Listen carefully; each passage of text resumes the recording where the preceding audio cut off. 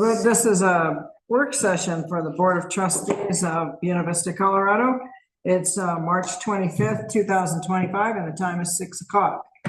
We have with us today the folks from Tributary, which is involved with our Carbonate Street apartments, known now as the Midland apartments.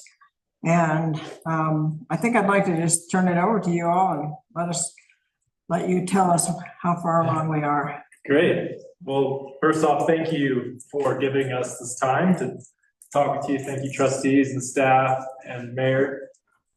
Appreciate it. I think this has been a long process. I think it's important that we all kind of get refreshed and up to speed as to the history of the project, where we've been and where we're at now and where we're going. So I think the overall agenda for tonight is pretty simple. We're going to talk about the project history timeline, go over those two main things, and really in that we're going to talk about the overall timeline of the whole project from the very beginning, back from 2016, almost 10 years ago. And then we'll look at where we're at today. We'll look at the entitlement process, community engagement, and then we'll take some time to focus on the fundraising. Where did the capital for this project come from? And then what restrictions came with that money? And we'll go and deep dive into the capital stack. And then the third part will be really talking about affordability, which I know that's an important piece of this whole project. That's why we're doing it. So we're going to talk about the affordability components. And then the last part is just kind of a look towards the future. This is not going to be the last affordable housing project, and there's going to be more coming, and we will really want to be forward-looking with this. There is a second phase of this project. Carbonate Street Phase 2 is going to be part of this. So the last part of this overview is forward-looking. Since this is a work session, feel free. We're okay. Just interrupt to give questions. We can have dialogue about anything. Yes. I would love introductions. I'm not familiar with everybody. Oh, yes, great. Yeah. So my name is Scott Simmons with Tributary. Bleecker Seaman. And Jack Jones. Thanks, guys. Appreciate it. And then for background, we all worked together at Fading West. We were the development team there. And then, in conjunction with Fading West, we spun our group out and set up Tributary. And you have the three owners of Tributary here. Thanks. I appreciate it. I'd like to say, too, that we have Joel Benson, who's been here longer than this project has been alive, and Devin Rowe as well. You were part of the beginning phases of it with the baseball field and everything. And so it's Cindy as well. And Cindy. Great, good. Well, thank you all for our years of hard work. And are you guys presently employed with Fading West or no? No. In zero capacity whatsoever? Not at all. No. Yeah. Tributary is a separate entity, completely separate ownership. We still have a strategic relationship with Fading West, and we work with them on projects. But there's not any direct employment ties. And you office with Fading West or no? No. Okay. No, we have separate offices on Main Street. And we're working on a few other public-private partnerships kind of around the state with them, where they're just, they're the modular box supplier, and then we're kind of functioning as a developer on this. Yeah. So how did it work? Because it was under my impression that Fading West was taking over the development. So did you guys purchase it from Fading West, or? So we are effectively a subcontractor. So, our goal is to get to stabilization. So the way the financing works is once we get through the construction period, we've got sort of 2 years to stabilize effectively and then convert into permanent loans. And until then, Fading West is still on the hook for guarantees. So we're in close contact with Fading West. Fading West Construction's doing the construction work.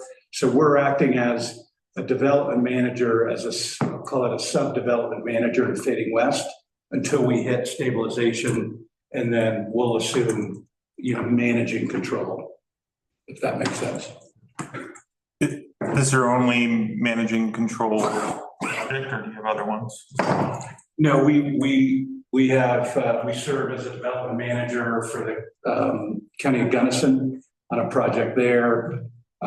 Scott mentioned we've got two public-private ventures that we are working with the Silverton Housing Authority on a small project in Silverton. Recently received a grant there from Division of Housing and are working to get that capitalized and start construction this summer. And then we're working with Elevation Community Land Trust on a similar public-private venture with the city of Durango. And in both those cases, we'll be development manager. Yeah, development manager is different than owner.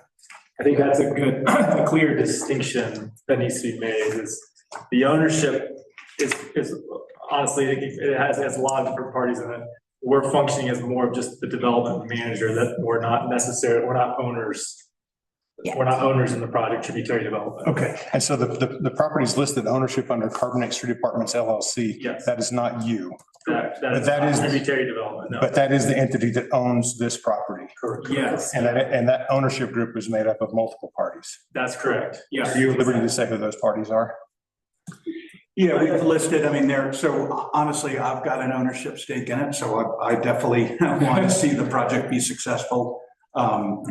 There is another investor in Fading West, private equity group, Saturn V, that has a small stake, similar to, so small stake. So we treat their investment and my investment as sponsor. And then there are two more, and we're missional, Saturn V is missional, but then Archway Communities is a Denver-based group that's focused on affordable and workforce housing. And then there's a group, Weave Financial, that has a fund called the Chai Fund that is solely focused in Colorado on, again, workforce and affordable housing. Okay, so And then the housing authority also has a nominal stake as well. Yeah. Through a special limited partnership. Yeah. In the project. and that opens a few doors from a tax relief. Exactly, that's right. Yeah, Yep. so those are the 5 parties. Is there anyone officially, is Fading West having any ownership stake in it? Not ownership directly, no. Correct. Fading West is on the hook to provide some completion guarantees for the completion of construction for the project, but no direct ownership in the apartment project itself. Cool. And we'll get into that in a lot more detail. Okay. I think maybe we can, unless there's some other questions, kind of high level, maybe we dive into just kind of overview, and then we'll get into more of the capital stack. So if you want to switch to that. Yeah, so like I said, this project started way before I was here, 2016, 9 years ago.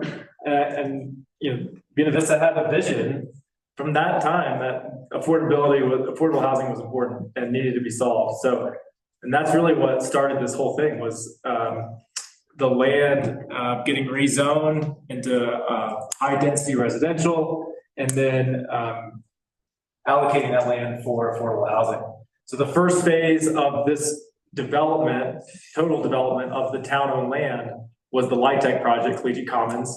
And that was in 2018. And it really is focused on serving low income, being defined by 30 to 60% of the area median income. And it fills a great need there in our community. And that's 48 total units. And then, so the Midland apartment is serving kind of a different bracket of affordability, kind of in that 80 to 120, which is sometimes called attainable, sometimes workforce. We don't need to get caught up in the terminology because sometimes that can be confusing. But it comes down to the area median income of being 80 to 120% of the area median income. So that project was kicked off with an RFP that was issued in November of 2021. And Fading West was selected in January, I believe, of 2022. And the first phase of this whole process, after being selected as the developer, was a pretty lengthy, and I'll go into more details about this, but it was a 6-month community engagement process, and then followed by a 10-month entitlement process, which, involved a lot of meetings. Devin, you've seen us a lot, but we presented to the board 5 separate times over the course of the entitlements leading up to trying to finalize the affordability covenants. because it was an iterative back and forth. We knew we wanted to always hit this certain kind of bracket, 80 to 120. But the unit mix and the specific breakdown of that, the duration, all those details had to get ironed out. And so we had 5 meetings with the Board of Trustees, work sessions and presentations to really finalize those, which ended up getting finalized in July of 2023. That's when the affordability covenants were finalized. And, you know, part of that was trying to really understand what capital was going to come into the project, what grants were going to be secured. And, you know, we were starting those in the spring of 2023 to try to secure those. And some of those were awarded, and Bleeker will talk more about the timeline of those. But those really helped us really cement and codify the affordability covenants that we have today. And, you know, I think we can probably flip to the community engagement process, unless you guys have anything to add on the timeline. I mean, if you want to talk a little bit about kind of goals, because it was not originally just affordable housing. Yeah, that's a good point. Yeah, I mean, I think if we back up to kind of the overarching goals of the project, it wasn't just like, hey, we want to solve affordable housing or help alleviate affordable housing. There were other goals that were put out in the RFP. So childcare, huge one. And then having an economic development space was another one. Through the process of the RFP and understanding budgets and the site, I mean, the site's not large, it's 3/4 of an acre, maybe right at an acre, I think, if you include the childcare site. The site's not large. So in the evolution of the project, the economic development piece of the project ended up getting cut, and the focus really was down to housing and childcare. And with phase 1 and phase 2, we were looking at not just affordable rental housing, but also affordable for sale housing. So phase 2 was visioned to be home ownership for sale project. We have a townhome site plan right now for that, and that was going to be for sale homes and we had us 80 to I think 140, is a little higher on that. But anyway, that's kind of the overarching goals that were set forth by the town, and that were what we were trying to push forward with this project was affordability and childcare. All right, so community engagement process. I mean, this was really important piece of the efforts, and you know, Joseph and I worked hard to really try to understand what the community was looking for. We did lots of different meetings with neighbors and South Main and Collegiate Commons and other neighbors. We had a tour of the farm. So it was an open house, so people could come by the farm, and we had boards up. Hey, what do you like? What do you not like? What do you think these houses need? What, you know, so we were really trying to get a lot of data. And we had a MyBB page, which was really great. A survey tool. It was online, so people could come in and fill out the survey. And the goal was to get as much information from as much people as possible to inform the project and really make it a collaborative effort. And here's just an image of kind of one of our visual boards where people could write down what they liked and what they didn't like about the architectural style or anything like that. So from that, you know, the project went through lots of design iterations. At one point, the childcare was going to be on the first floor, apartments were going to be above it. It was going to be this mixed use concept. You know, we went through a lot of different versions, you know, parking on the site, parking under the buildings. And ultimately we ended up with what we have now, and for a lot of reasons.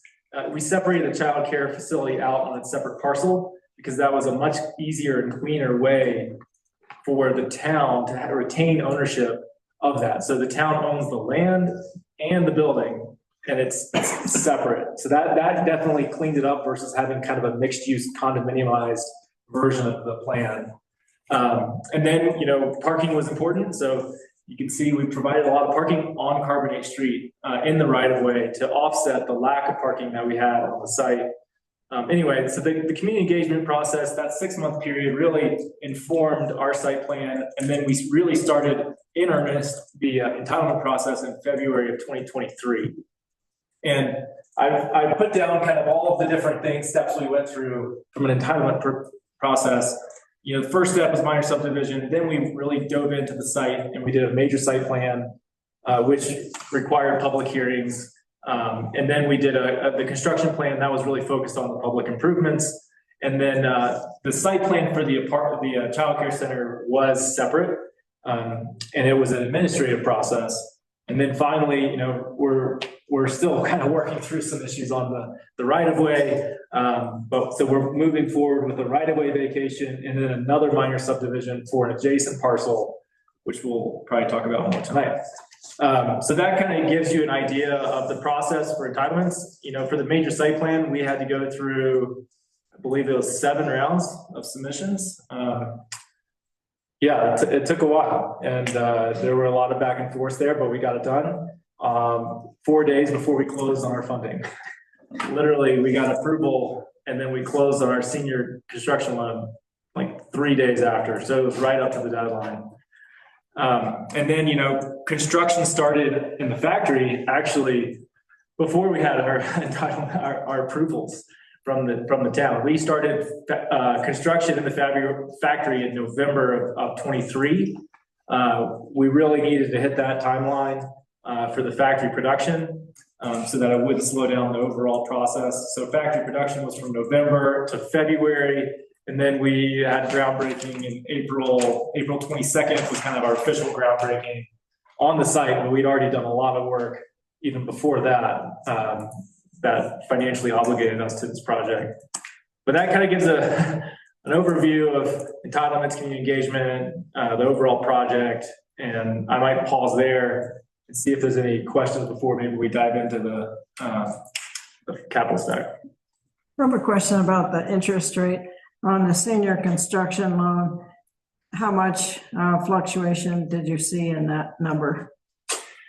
As we went through the process, I think, Collegiate Peaks Bank is our senior lender, and it is a fixed rate, so we're not subject to floating rate and the rate, which has increased over time. So from the time we started, it probably moved 0.5%, if I'm remembering correctly, from his original proposal, and that was a function that interest rates were increasing throughout 2023. Okay, thank you. And you mentioned that you'll be converting that to a permanent loan. So that 7.35 interest rate, that is the construction loan. You will convert that to a more conventional loan when you're all wrapped up, correct? Yeah, so there's an existing conversion right with Collegiate Peaks Bank and it would convert to the same rate. Same rate, 30 years. 5 years. So it's a 5-year term, 30-year amortization. So we had lunch just last week with a debt broker talking about other potential options that might lower that interest rate. And so it's still early for that, but we have the conversion ability with Collegiate Peaks, which eliminates the risk. And so we'll look at options if we can lower. So it looks like on your source of debt, you have 3 sources, the Collegiate Peaks Bank, and then the affordable housing loan from Transformational, and then a CHFA, Middle Income Access Program. And it looks like the total blended cost is 5.7%. That's correct. Correct. That is right. So that's your upper limit. When you convert to a permanent loan, only the other 2 loans are permanent. The other 2 will stay at that level. And then so you'll be shopping it to try to figure out 7.3 is your ceiling. Correct. You can stay with them or you can shop that. And is all that debt 30 years? They all convert to 30-year amortization. Yeah. Thanks. Because I think it's a good segue in if there aren't any other questions to, how we put together this capital stack. And I think for a project like this, it does. We were all seeking the lowest cost of capital to try to keep rents as low as possible. The town led on our first 2 grants because they were only available for either municipalities. And so working closely with the town staff, including Joseph, we were able to secure what's called an IHOI grant and then a TAG grant that totaled $3 million. Our total cost for the project for both the childcare and the apartments is roughly $18 million. And so that $3 million is a meaningful amount of money that, is, I'll use the term free money as it is a grant. Those programs don't exist. Those 2 particular programs don't exist anymore because that was ARPA money, COVID money that the state had gained control of. And so, but it was critical to get that $3 million to make these numbers work. So it was, great collaboration with the town to secure those. As you mentioned, Andrew, we, sourced 3 different debt providers, 2 of which were state funds that, provide below market debt. And then, the equity partners were equally as important because they are missional investors. They are targeting returns in the 10% range for their equity, which, is well below for a market rate deal. Somebody would be looking for 15 to 20% type returns. So that they were meaningful partners to bring into the deal. I think, that takes a long time. So we even had to secure 2 bridge loans to give us time to close on that capital stack. So I think the effort put forth was significant on everybody's part, the trustees, the staff, and Fading West and our development team. It took that group to get this thing done. So when you look at the time frame, the first grant was in April of 23. Final Chaffa loan was July of 24. We had identified all those before we started construction, but it took a while to get them all closed. I think as we now look at the project, the town also was a key participant, providing $400,000 of their own ARPA funds to help with the child care facility. The land was contributed, but effectively it was a trade for the developer, for the owner, to provide a subsidy to get the child care facility built. So the child care cost is going to be roughly all in with allocated soft costs, about $1,350,000.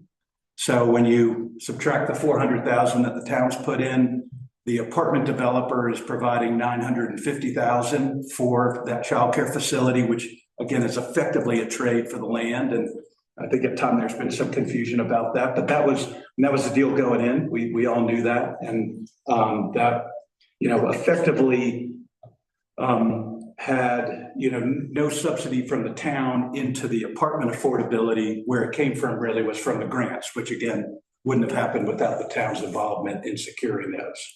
Can I just clear up 2 things? The $18,135,000 total project cost, or total project estimate cost right there, that includes the child care facility? That includes the child care. Okay, correct. Good. That was not clear. Yeah. Second question is, in you've got the Collegiate Peaks Bank, and the other 2 subordinate lenders. Looks like your total debt at this point is around 11 million. Is that about correct? That's correct. Yeah. Yeah. I think another factor that we also focus on is how can we build this as cheap as, I don't want to say cheaply as possible, cost effective as possible. Because if you see it, and you will see when we have our grand opening, I think Fading West does pride itself on delivering product at an affordable price, but, with high quality finishes. So, we were able to deliver this project with vertical construction costs from the ground up at $275 a foot. So in this marketplace, we think that's a pretty affordable price point from a construction perspective. Scott's requesting that from Joseph on his next home, $275 a foot. But no, but with that, there obviously are additional costs. We have roughly $1,450,000 in public improvements, and the bulk of that is, paving and providing curb and gutter and sidewalk for the Carbonate Street extension to serve the project, and ultimately to continue on through to South Main. That also includes road work on the alley that we'll talk about later at the trustees meeting that serves the project. So when some of those site costs, will they provide a benefit to phase 2?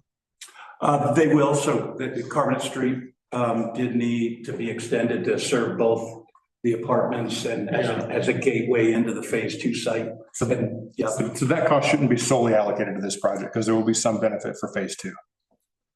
just the way the In the project. grand scheme of things. Yeah, I mean, the way the project gets capitalized, there's really no way to defer that cost to a later phase. Totally understood, yeah. Totally understood. Just like in the final analysis, when someone looks back 15 years and looks at this, some of that cost should be allocated to phase two and not so. Yeah, I mean, It'll certainly benefit phase. Public serving, I'll say, to both phase two and then frankly, development as you move down. I'd say the one benefit of this location was that sewer mains were replaced, water mains were replaced, we were tapping them.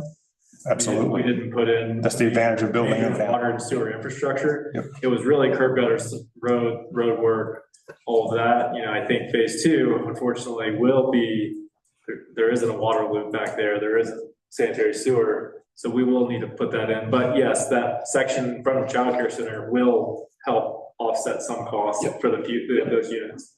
Yep. No, that's correct. And I think, you know, the balance of the costs are soft costs. So that includes everything from, you know, construction financing costs, interest reserve fees, third-party costs for professional fees, architects, civil engineering, et cetera. Legal, which was not insignificant given the number of layers of capital that we brought in. And then, you know, there was a little more than 250,000 for local and municipal fees. So, you know, all fees were paid as part of this project to the town. And so that was that was certainly a part of these total project costs. And I'll finish with, you know, there is a development fee and we were paid a development fee. We were tried to provide a very attractive development fee. So our fee on the development side is a little over 3%. You know, Chaffa and DOLA allow for up to 10 to 15% development fees. So we significantly reduced that fee, again, trying to make all these numbers work. So, you know, it was a long road to get there, but we were glad to get that financing closed. I think, you know, with all that financing, and now I'll let Jack speak to some of the affordability, all of those state programs, in addition to our deed restrictions with the town, you know, Chaffa and DOH, I'll say supplement some of those deed restrictions with their own. But again, I'll let Jack speak to that aspect of the project. Yeah. So, I mean, I think as we've described, one of the main reasons we wanted to come have this conversation tonight is because I think you all have probably heard some feedback. We certainly have, just relating to the rental rates that Carbonate Street apartments or the Midland apartments are charging. So I think it'd be helpful to look at this, maybe starting higher level of how are we defining affordable housing, because I think that's a term that gets thrown around quite a bit. It means something very different for a property like Collegiate Commons, which is light tech, versus a middle income property like Midland. And then kind of talk through how, you know, what are ways that we can kind of work toward greater affordability. So, I mean, I guess I'll start by acknowledging that first of all, we agree that there is absolutely a need in this community for rents lower than what the Midland is currently able to serve. If we're looking at the latest update to the Chaffee County Housing Needs Assessment, that was in 2022, so even that's a little dated at this point. A very significant portion of the need, particularly for rental units, is in that, you know, below 80% AMI range. And honestly, the way that this project is capitalized, it's really not able to serve a significant portion of that, you know, that part of our community. So I think before we kind of get into addressing how specifically we want to like work on, you know, thinking through ways to increase affordability going forward, we want to define, and apologies if this is repetitive for some of you may be familiar with how this works, but it's not super intuitive. So we'll quickly walk through how affordability is defined and how those rates do get set for the Midland. So basically, affordable, again, is a term that can mean a lot of different things to different people, but in the housing and specifically affordable housing development world, home ownership or rental units is not considered affordable unless it's, you know, below 30% of a household's gross or pre-tax income. So if they're spending more than 30% of their income on housing, HUD defines that as being cost burdened. So the way that actually works in terms of setting rental rates for units like the Midland or like Collegiate Commons, which is a light tech project, is that HUD, or the Department of Housing and Urban Development, each year will release data for every county across the country. And that has the area median income by household size for each county. Chaffey County is included in that. And so it's a fairly simple calculation from there because it's saying, hey, if this is the median income for this county, someone making that income cannot be paying more than 30% of their gross household income toward housing. And that includes not just rent, but utilities as well. And so if that's at 100% AMI, it goes from there. So if you're only making half of the area median income, you can't be spending more than half of your income on housing.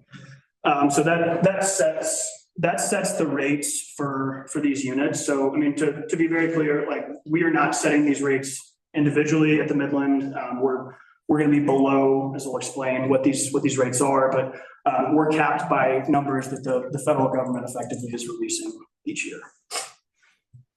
So to kind of give an example of that, so in BV or Chaffey County, a household that is making about $60,000 a year, $50,000 a year, they would be, if it's a 3-person household, that put them at about 60% of the area median income. And that would mean for housing to be affordable for them, if they're not spending more than 30% of their pre-tax income on housing, that only is around $15,000 a year, or about $1,250 a month. So just an example of kind of how that gets calculated.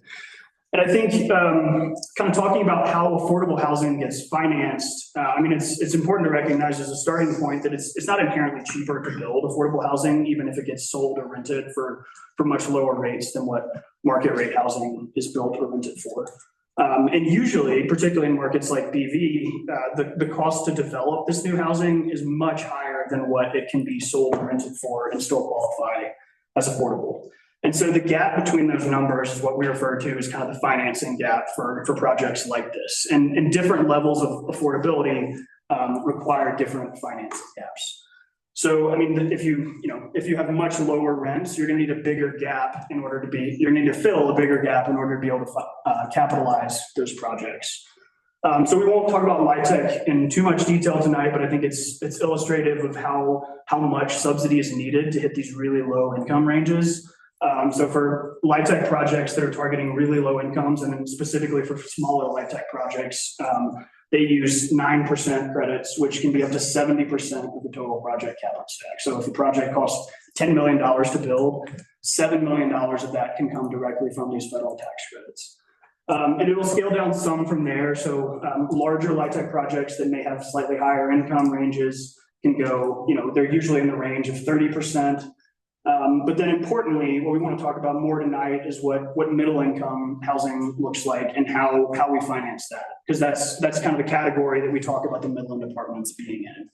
And importantly, there's really nothing available at the federal level to finance middle income housing. So any subsidy that we're pursuing right now for projects like the Midland is basically all going to be coming from state or other funds, because there's no middle income equivalent for LIHTC. And we've, in different projects across the state, we've seen that range in terms of subsidy awarded from anywhere to 10 to 20% of the total project cost. For the Midland, as an example, that $3 million out of 18 was 15% of the total project. So we can go to the next slide. Real quick question on the middle income. Devin, you were here back then. Do the trustees, was there a talk about low income versus middle income versus high income at the beginning of the process? Or I'm just trying to, because we're talking a lot about middle income, but my understanding was that this was a push for affordable. Again, terms can mean different things to everybody. And I know the board wanted it to be, to serve as low as possible. And there was definitely a big discussion between Painting West and us about that, about trying to get it as low as possible. But there wasn't like numbers discussed at the land swap that you remember. I know it's. Yeah, absolutely, Joseph. And I think that's just one of those laws of life is that expectations minus reality equals disappointment. So I think there's just been an expectation that it was not middle income. Now, that's rooted in probably urban legend or just some misunderstanding by a lot of people in our community. So it's just simply expectations minus reality equals disappointment. Since we were talking about the middle income, Joseph, it sounds like you have some. Yeah, I'm happy to share the evolution of those early conversations. there was a lot of acknowledgement around how LIHTC as a funding mechanism works. There's a lot of education, first from Becky Gray, later from myself, with the board around some of the things that Jack mentioned, how LIHTC is really the only funding mechanism out there to reach below 60% AMI. So that was originally of keen interest from the trustees. How can we reach below 60%? There were a couple of main factors that were working against that pathway for Carbonate Street. The first was that Collegiate Commons was just built and commissioned and hadn't even stabilized by 2018. The way LIHTC projects are assessed by their funders, by CHAPA primarily, and by other funders that hand out those tax credits, is as soon as you get a project in your community, you sort of drop to the bottom of the list. And depending on all the different demographics of your community, it takes time to work back up in competitiveness. Later, as you remember, Slida Ridge came in, I think in 2021, 2022 to Slida. Well, we're both in Chaffee County. And so both of those are LIHTC projects. And right at that same time, 2021, 2022, is when we were discussing what does affordable housing look like for Buena Vista with this particular property. And there was a recognition that if we were to pursue LIHTC, we could, however, we would be looking at most likely 3 to 5 years of work on trying to gain a LIHTC award before we could even start in on construction of the project. So at that time, all those public conversations were sort of weighing those trade-offs. And ultimately the trustees gave direction to staff to say, we want to pursue getting something built, and therefore we're going to focus in on rental housing, childcare, and target the 80 to 120% line. That was a very specific and early decision directed by the trustees. Thank you. I appreciate that. That's super helpful. I think at that I do time, remember Ken, that now that he's. sorry. Sorry, go. I think at that time, we were hoping that the Collegiate Commons would be able to house corrections officers and police and firefighters, but they all made just a little bit too much money. Yeah. Okay. So So it's still in that middle gap. Okay. Thank you. That's all helpful. And just from the outside looking in, I think part of the conversation during that time period was in the AMI realm, right? That said, we're trying to hit 80 to 120 AMI. Okay. And didn't necessarily go through the exercise to say that equates to X number of dollars per month. Right. Yeah. Right. So I think that's a big. But the numbers were, that was a big conversation. That was really, the question was, how far back did that conversation go? It seems like relatively, not quite to the beginning, but relatively close. Cindy has her hand up too. Yeah. Go ahead, Cindy. Oh, you're muted. Yeah. Can you hear me? Yes, you Yeah. can. Okay, if I remember correctly, when we were discussing this, we wanted to be able to provide housing for the lower AMI people, but we were realizing that it couldn't be built for that, and that we were working on the workforce housing to fit into more like the 60 to 80 range, and that anything below 60, that it was not going to be possible, is what I remember, but I don't know if I'm totally accurate on that or not. Thanks, Cindy. I think this is just an opportunity for us to kind of have a discussion. It's definitely not a bash tributary party. Please don't take it that way. I mean, the issues you raise bring up, prompt a lot of discussion that we as a community need to have going forward. And one of those, I tried to figure out what is AMI. And it is a scavenger hunt. Good luck. Basically, it's what I understand this to be. AMI is a statistic compiled by our federal government in Washington, and AMI data is not relevant to the reality of life in Chaffee County. I think AMI comes, best I could find is AMI comes from an American Community Survey conducted by the U.S. Census Bureau. Wikipedia says that each address has about a 1 in 480 chance of being selected to be included in that survey. So if BV has 2,000 households, we don't have a large data set of, we don't have a very large data set of informing AMI. Furthermore, AMI does not account for cost of living. And so I find that AMI is not real useful. It helps, the world is set up, the system works on AMI, but what we're dealing with here is that AMI doesn't really translate into something actionable. We're not at a point where this is actionable for the teachers, police officers, the corrections officers, CDOT workers, et cetera. So that's not your guys' issue. That's just Bigger this. conversation Well, that have been brought up, yeah. There's a comment here too. Yeah, just even more background on that, it's a true average. And so as a lot of work from home folk have moved to the valley over the last 5 or 10 years, who are earning, you know, 2 people earning $120,000 each, the average median income has moved up. The average median income in Chaffey County has gone up about 8% For sure. every year. But that comes from a survey that's voluntarily submitted. So how many people do you guys know who ever submitted this survey? And so, I mean, there's lies, damn lies and statistics, right? Yeah, but when that's going up at 8% and real workers' income's going up at 3% a year, since this project kicked off, you know, 80% AMI may well have been affordable. Today, it's Yeah, and I'm just kind of bewildered at it. And again, please don't take this as negative. This is in no way focused on you guys. It's Because, no, you're, Sorry, Marjo's on there to probably comment on AMI. Marjo. Yeah. Good You to have a have Marjo's comment? here.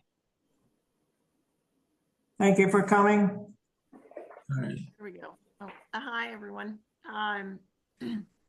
Just want to say on the AMI, like, you're not incorrect on the American Community Survey being a tool that is the data set that's collected in between census years. And so it provides us some guidance between those census years on whether things are changing.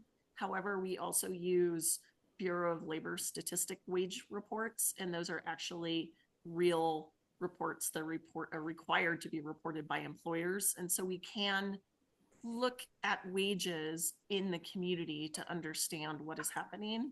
And I'm happy to share some of that data with everybody. Yeah.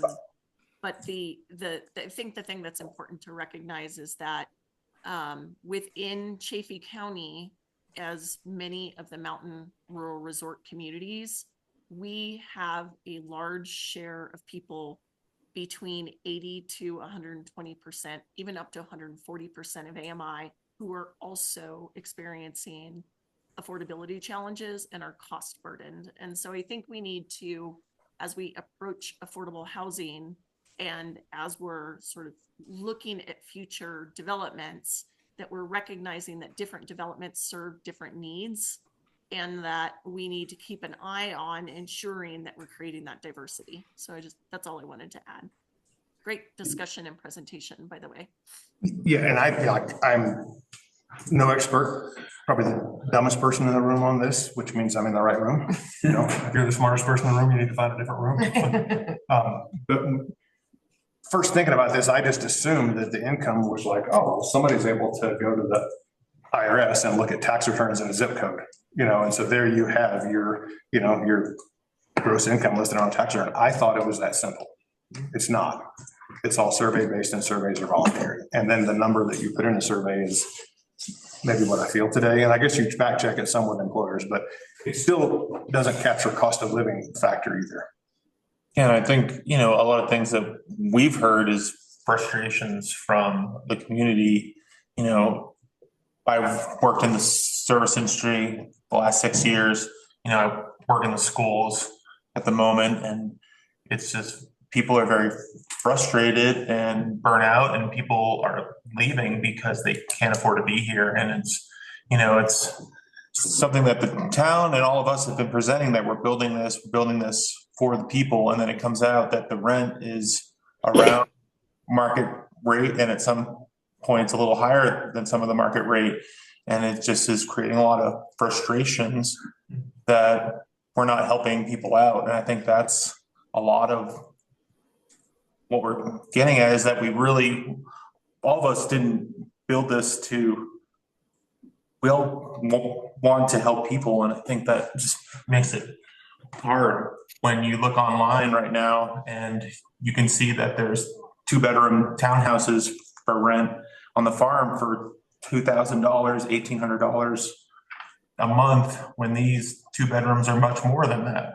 So I think it just is, I want to make sure that we can explain to the citizens what this is and what it's not. And what it's not. Thank you. But these numbers do include utilities. That helps. All utilities, including internet? Does not include internet, but. No internet. Extra bucks a month. Yeah. There won't be like I think they any have Higher Wi-Fi. quality Yeah. finishes, Yeah. probably, appliances, laundry. Where are the numbers? Are these? Which, it says like there's a, on the next slide on this one. Talk about that. Yeah, I mean, maybe this is kind of a good segue. Yeah, this slide is good. I mean, I think let's kind of level set on what the current deed restrictions are, what the rents are. And then I think I do want to come back to making sure you guys have a good understanding of how we got here and that you can give kind of the right message to potentially frustrated constituents. So, I mean, deed restrictions for these units, all units are deed restricted to either 80%, which is all the studios, so half the units at the Midland, or 120%. Which is the 1 and 2 bedrooms. And so for most of these units, you can see this table at the top, 24 of the 30, we're actually charging a little bit less than the maximum allowable rent per the deed restrictions. And then the other piece, so look, those are the actual rents. The other important piece, and I think one of the reasons that the town was originally kind of moving this direction versus LIHTC is that the term of these is longer than what a LIHTC project would typically have in terms of the initial compliance period. So this is a 30-year deed restriction. The compliance period for LIHTC is 15 years. So while they do have 30 years of some restrictions, there are some hoops to jump through, but there is a path to LIHTC projects moving to market rate after that 15-year compliance period. And I think it's important to highlight that these rents can only increase at the rate of the median income. So, I mean, Andrew, you raised a great point that like, hey, median incomes don't take into account cost of living. Like, it doesn't matter how much people are making if the housing cost is really, really, really high compared to what they're making. So I think it's important kind of looking forward to acknowledge that, even if some of these, which we'll be the first to admit, they are higher than I think we'd like and what this community needs right now, they're going to be limited going forward to what the increase in our area median income is. So not going to be tied to what the cost of living here is. And I think that's an important distinction to make. Because as we've all seen, housing costs have gone up a lot faster than average incomes in Chaffee County over the last 10 years. So, quick question. So if there were hypothetically a recession or something where the cost, BMI would go down, would the rents go down with it? They would, yeah. They're restricted to a percentage of that area median income. All right. Yeah. That's what I. Yeah. And if the cost of housing goes up 20% or 30% in a year, we can only go up whatever that 2%, 3%, whatever the increase in income is. So it's not tied to the cost of living or the cost of housing at all. And so these numbers in the chart do include the utilities. For the 2 bedrooms, that's $195 a month. So the true rent is, you'd subtract that from the 2 bedrooms on this. I think it goes down on the studios to about $165 for the studios for utilities. So, but I think that the overarching 30% is rent and utilities. Correct. Yeah, For the 30% total housing cost. Yeah. And the numbers on the website are a little bit different than the numbers in the table.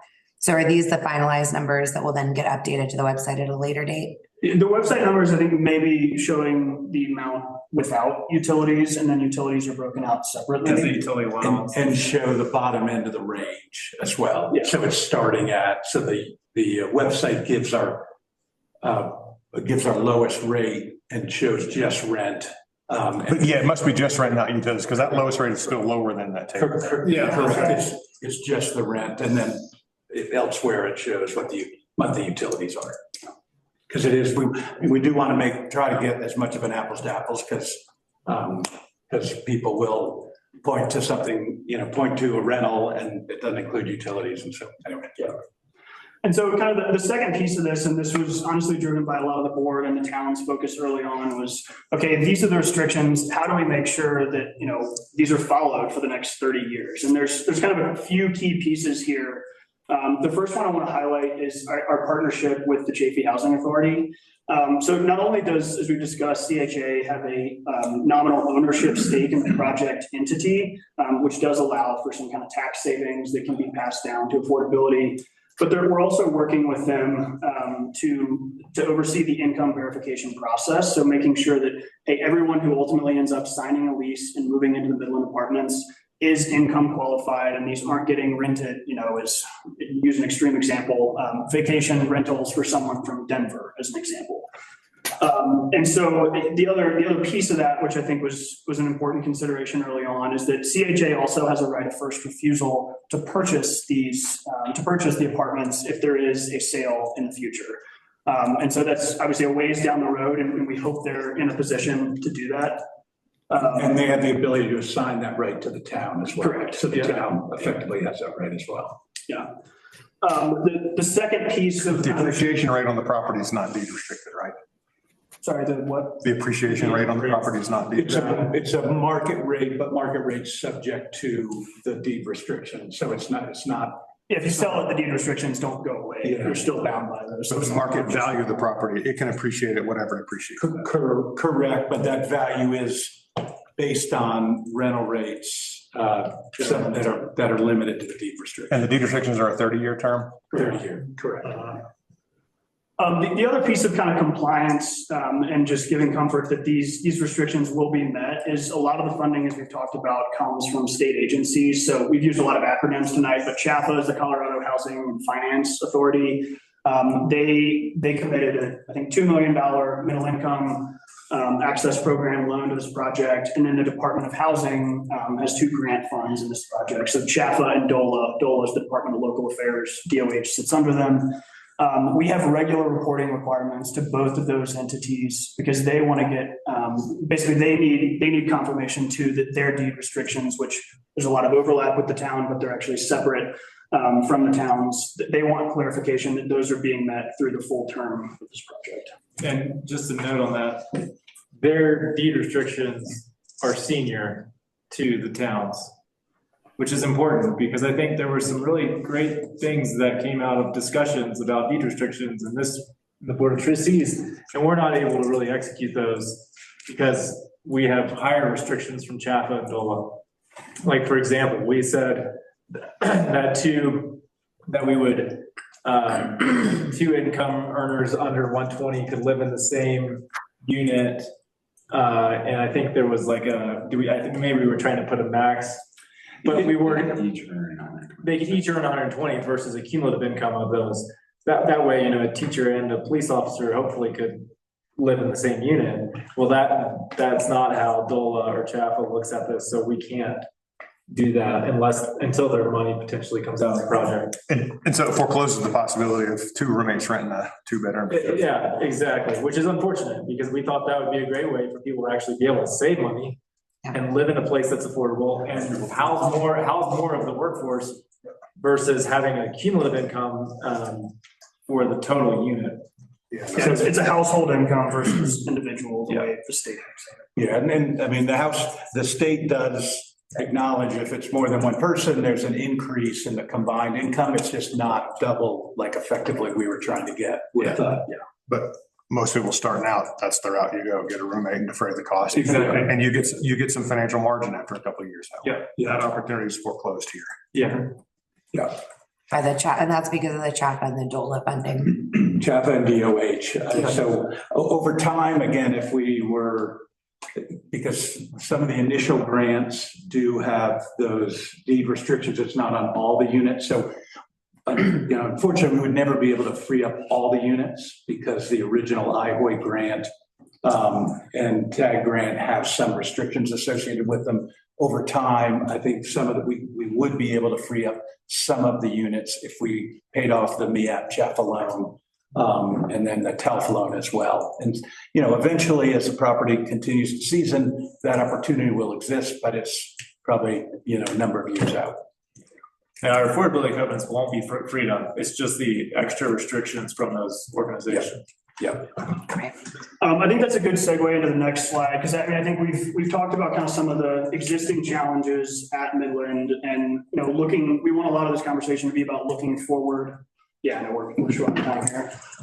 So we're looking forward in ways that we can increase affordability, both for this project and then just in general, as BV thinks about future affordable housing developments. So I think a really important starting point is kind of understanding what, which specific ranges of income we're trying to provide housing for. And clearly there is a need in the below 80% AMI range. And it's one that right now with the Midland's current capital stack, it's just not able to serve at any substantial scale. So I think to get a large number of units, in the 60% range or below does require LIHTC. I mean, I think we've talked about some of the challenges with that, and I think the town is well aware of those. But look, it should absolutely be on the town's radar of staying competitive and keeping that as an option in the future, because that's effectively right now the only capital stack source that exists for serving units in that range. And I will say, we talk a lot about Prop 123 money, and some of that money is targeted for 60%. Unfortunately, the way the program's structured, honestly, the numbers just don't work. And so you've got to work really hard to make that Prop 123 money come together with other capital to reach that 60%. And we're not going to stop trying. I know Paul's not going to stop trying. So it's a goal, but unfortunately that Prop 123 money is definitely hard to work with to hit that level. So, I think there's certainly some challenges there, particularly with the 60% and below range. But I think the good news is that looking forward, there are options to increase affordability, specifically at the Midland, on kind of these middle income units. So I think we can talk through a few of these.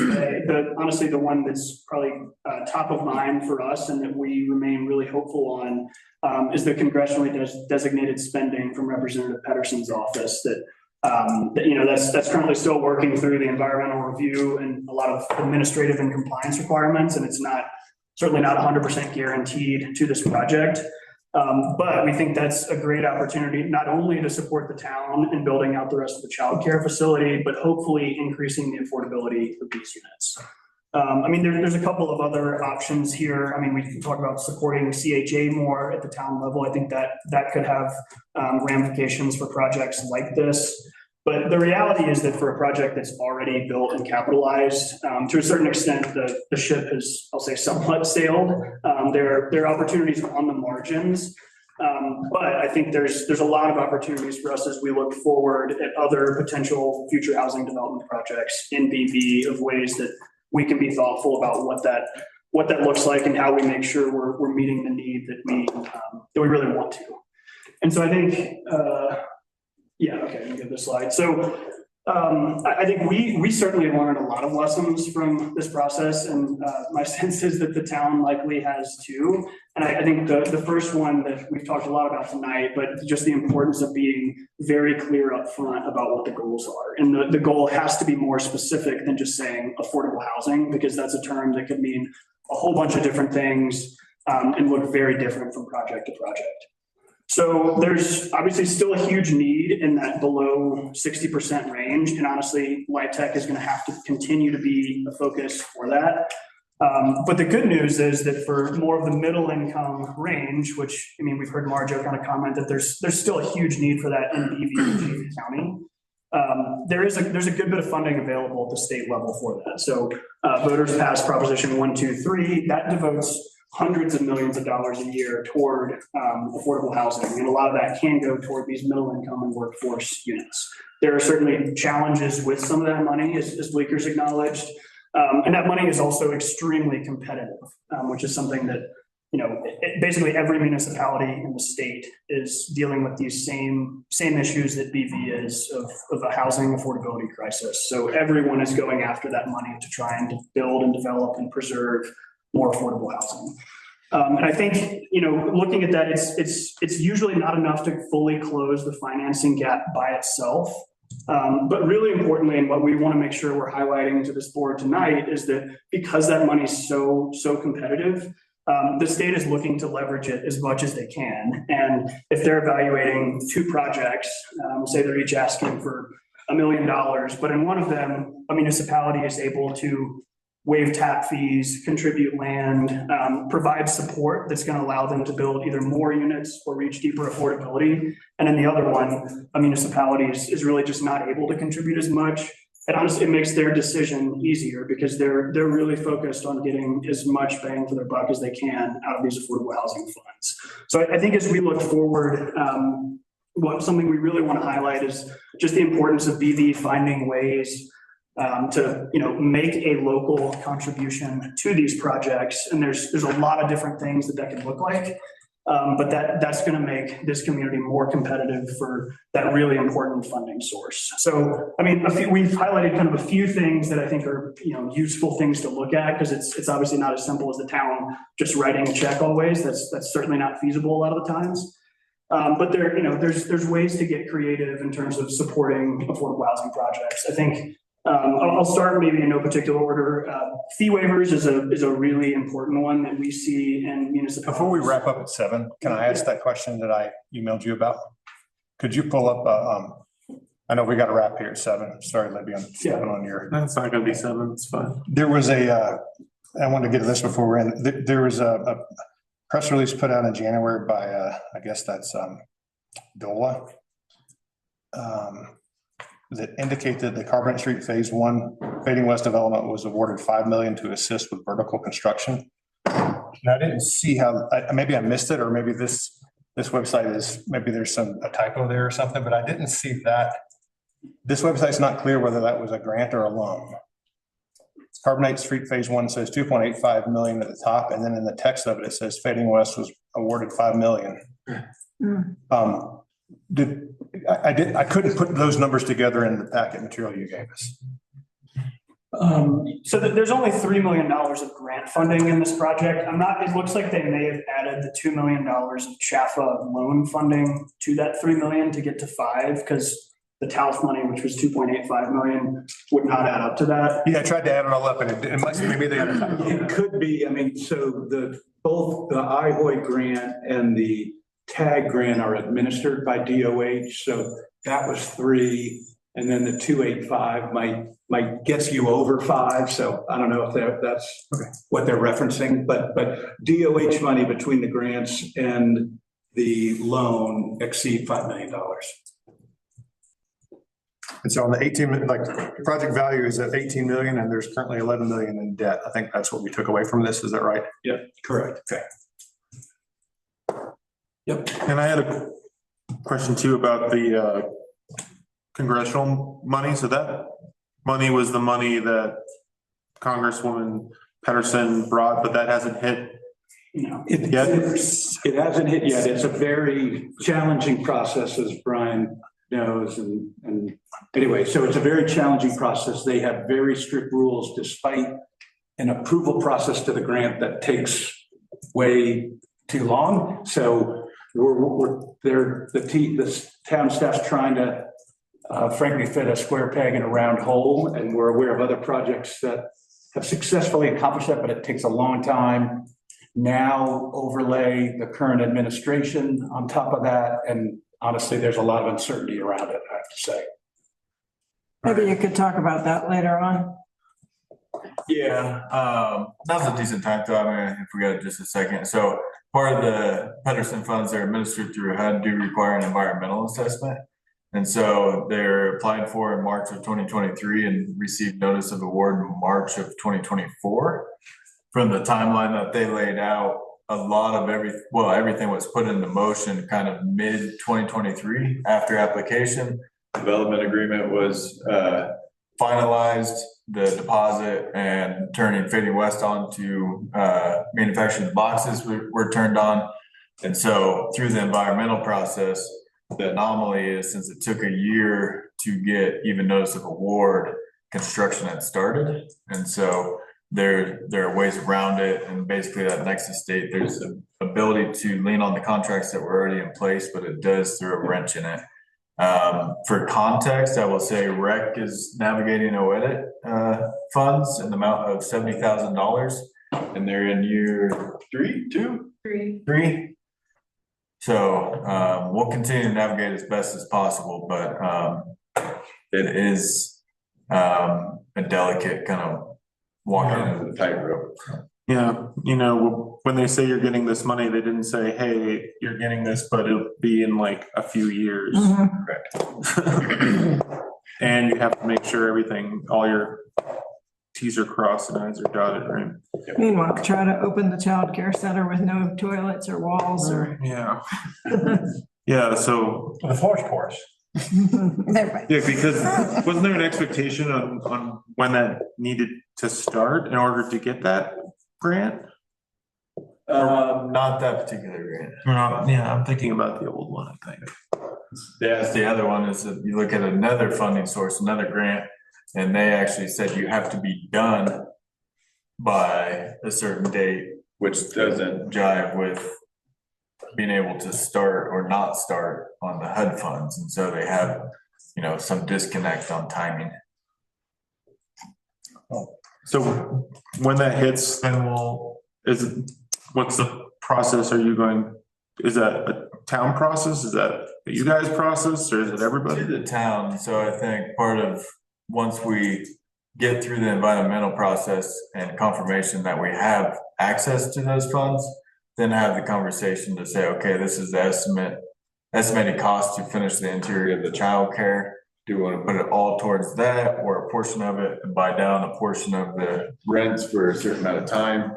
But it's premature to have those conversations without even confirmation that we will have access to those funds. So that'll come back to the board once we have, if we can. I think what we can do in the interim is work with you all as well. There are some, you know, there's a lot of focus as the town's had on childcare, and I think, I don't know the answers, but I think there could be some additional funds that are specifically designated for childcare that potentially, again, there's a lot of things that have to happen, but I think we can brainstorm on that as well. Yeah. And I just wanted to wrap, just saying thank you. I think, I mean, you guys are meeting a need. And I think this is highlighted for us that you're only one piece of the puzzle. The puzzle's quite a bit more encompassing than just what the Midland Partner's doing. So thank you guys. And thank you for helping facilitate our discussion. Thank you, Paul, too. Yeah, absolutely. Yeah. To all of you. And Joseph for coming as well. Thanks, guys. And quickly, how much interest do you have so far? Yeah, quickly. So we have 30 applications that are in process, either completed or in process with CHA for tenant verification. And that's a range of some, you know, on fixed income retirees. That's a bartender in town, that's some DOC employees, that's teachers. So I think we are getting a good cross section.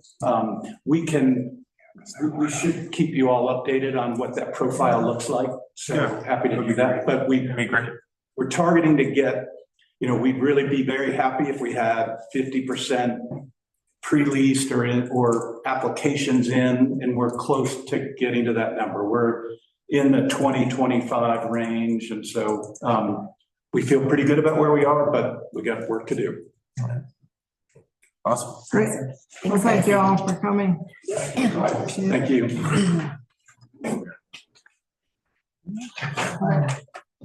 So let's reconvene after.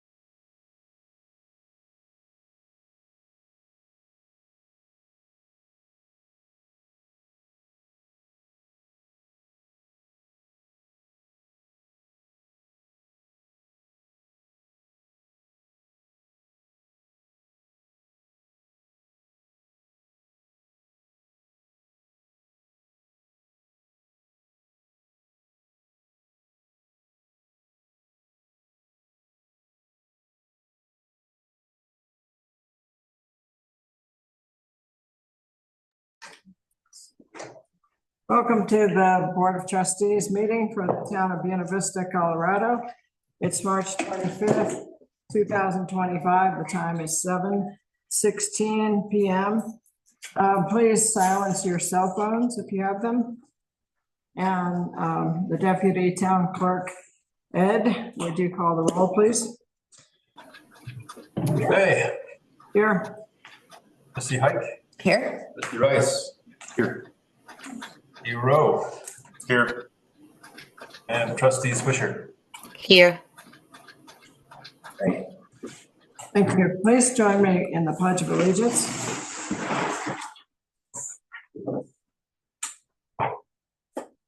I pledge allegiance to the flag of the United States of America and to the republic for which it stands, one nation, under God, indivisible, with liberty and justice for all.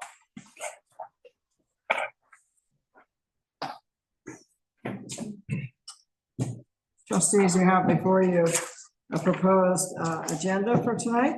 Are there any changes to the agenda? Hearing none, I would like a motion to adopt the agenda as written. So moved? Second. Senator Pike and Rice. All in favor? Aye. Aye. Anyone opposed? The motion passes. And then we have the consent agenda. Are there any items in the consent agenda that anyone will pull out and have as business items? Are there any other changes? And if there are none, I'd like a motion to adopt the consent agenda as written. So moved? Second. So we have Pike and Rowe. All in favor? Aye. Anyone opposed? The motion passes. Now, when you, to the audience, when you came in, there's a clipboard to sign in. I only have one signature. Is there anyone else who wants to speak at public comment? Okay, we have Paul Andrews. Please approach the podium.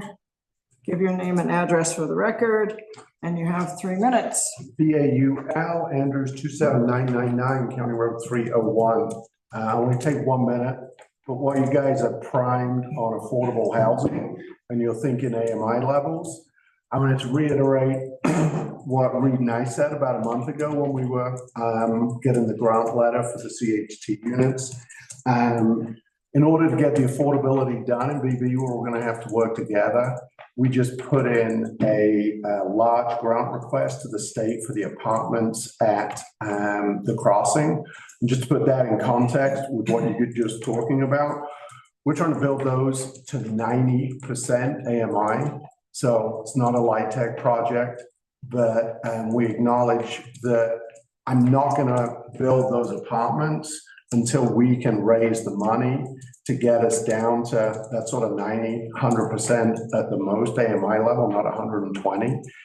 The grants that we're putting in and the loans that we're applying for example, last November, we applied for a $6 million loan at 2%, which would enable us to get down close to that 90% AMI level. The state's not giving out that money unless there is a financial contribution from the local municipality.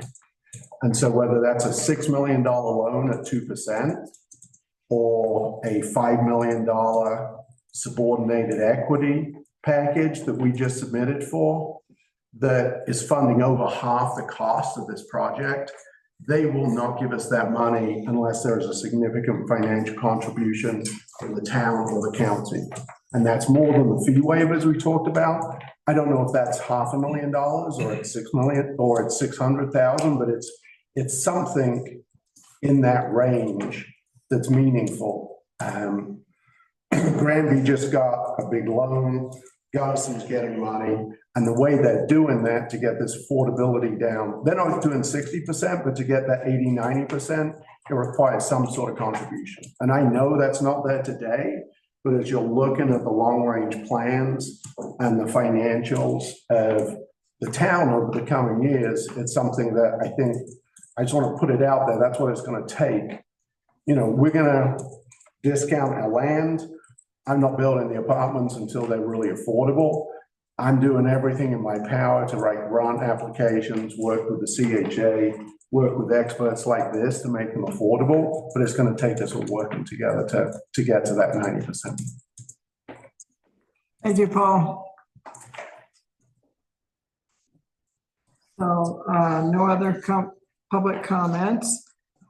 So we will go right into our business items, starting with the special event temporary sign policy. Thank you, Annie. Hi, yes. Yeah, it should be on page 73 in the packet, but this is a policy that we wrote and have run by the Rec Advisory Board and the Special Events Committee. And it's really just to get language around event temporary signs. Currently, we do have a document that we guide event organizers to. There's nothing in the code on this. This was created at some point for myself, or Shane was here, and it's been how we've been operating, and we haven't had any problems with it, but we could see problems in the future. So we just wanted to get some more policy and wordage around event temporary signs, and then our hope would be in the off season to write code that matches what we've been doing. So this is that policy, and we're welcome to feedback or discussion or whatever.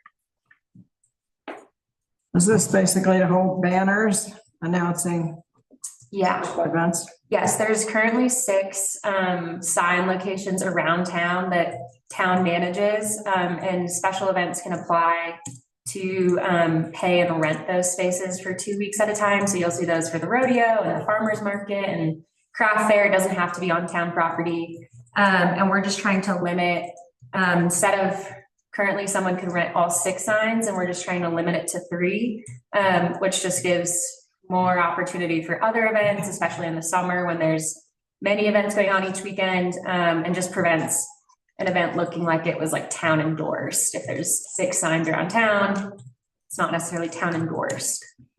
But right. Yeah, the thing we talked about at the rec board meeting is how long we should have it. Do you think 2 weeks is long enough? Too long, considering how many events we have? Yeah, Marcus brought that up. We talked about it. I do think there is an advantage to having it 2 weeks in advance, just so you can like plan and, you'll see it and it'll kind of jog your memory. And I wouldn't say we have issues with the duration so much as there's just no space. And so I think limiting it would still give like big weekends like Gold Rush and 4th of July, there would be enough opportunity for events. And does our sign code prohibit, those really bright neon type signs that are constantly in motion? So we can't have those, right?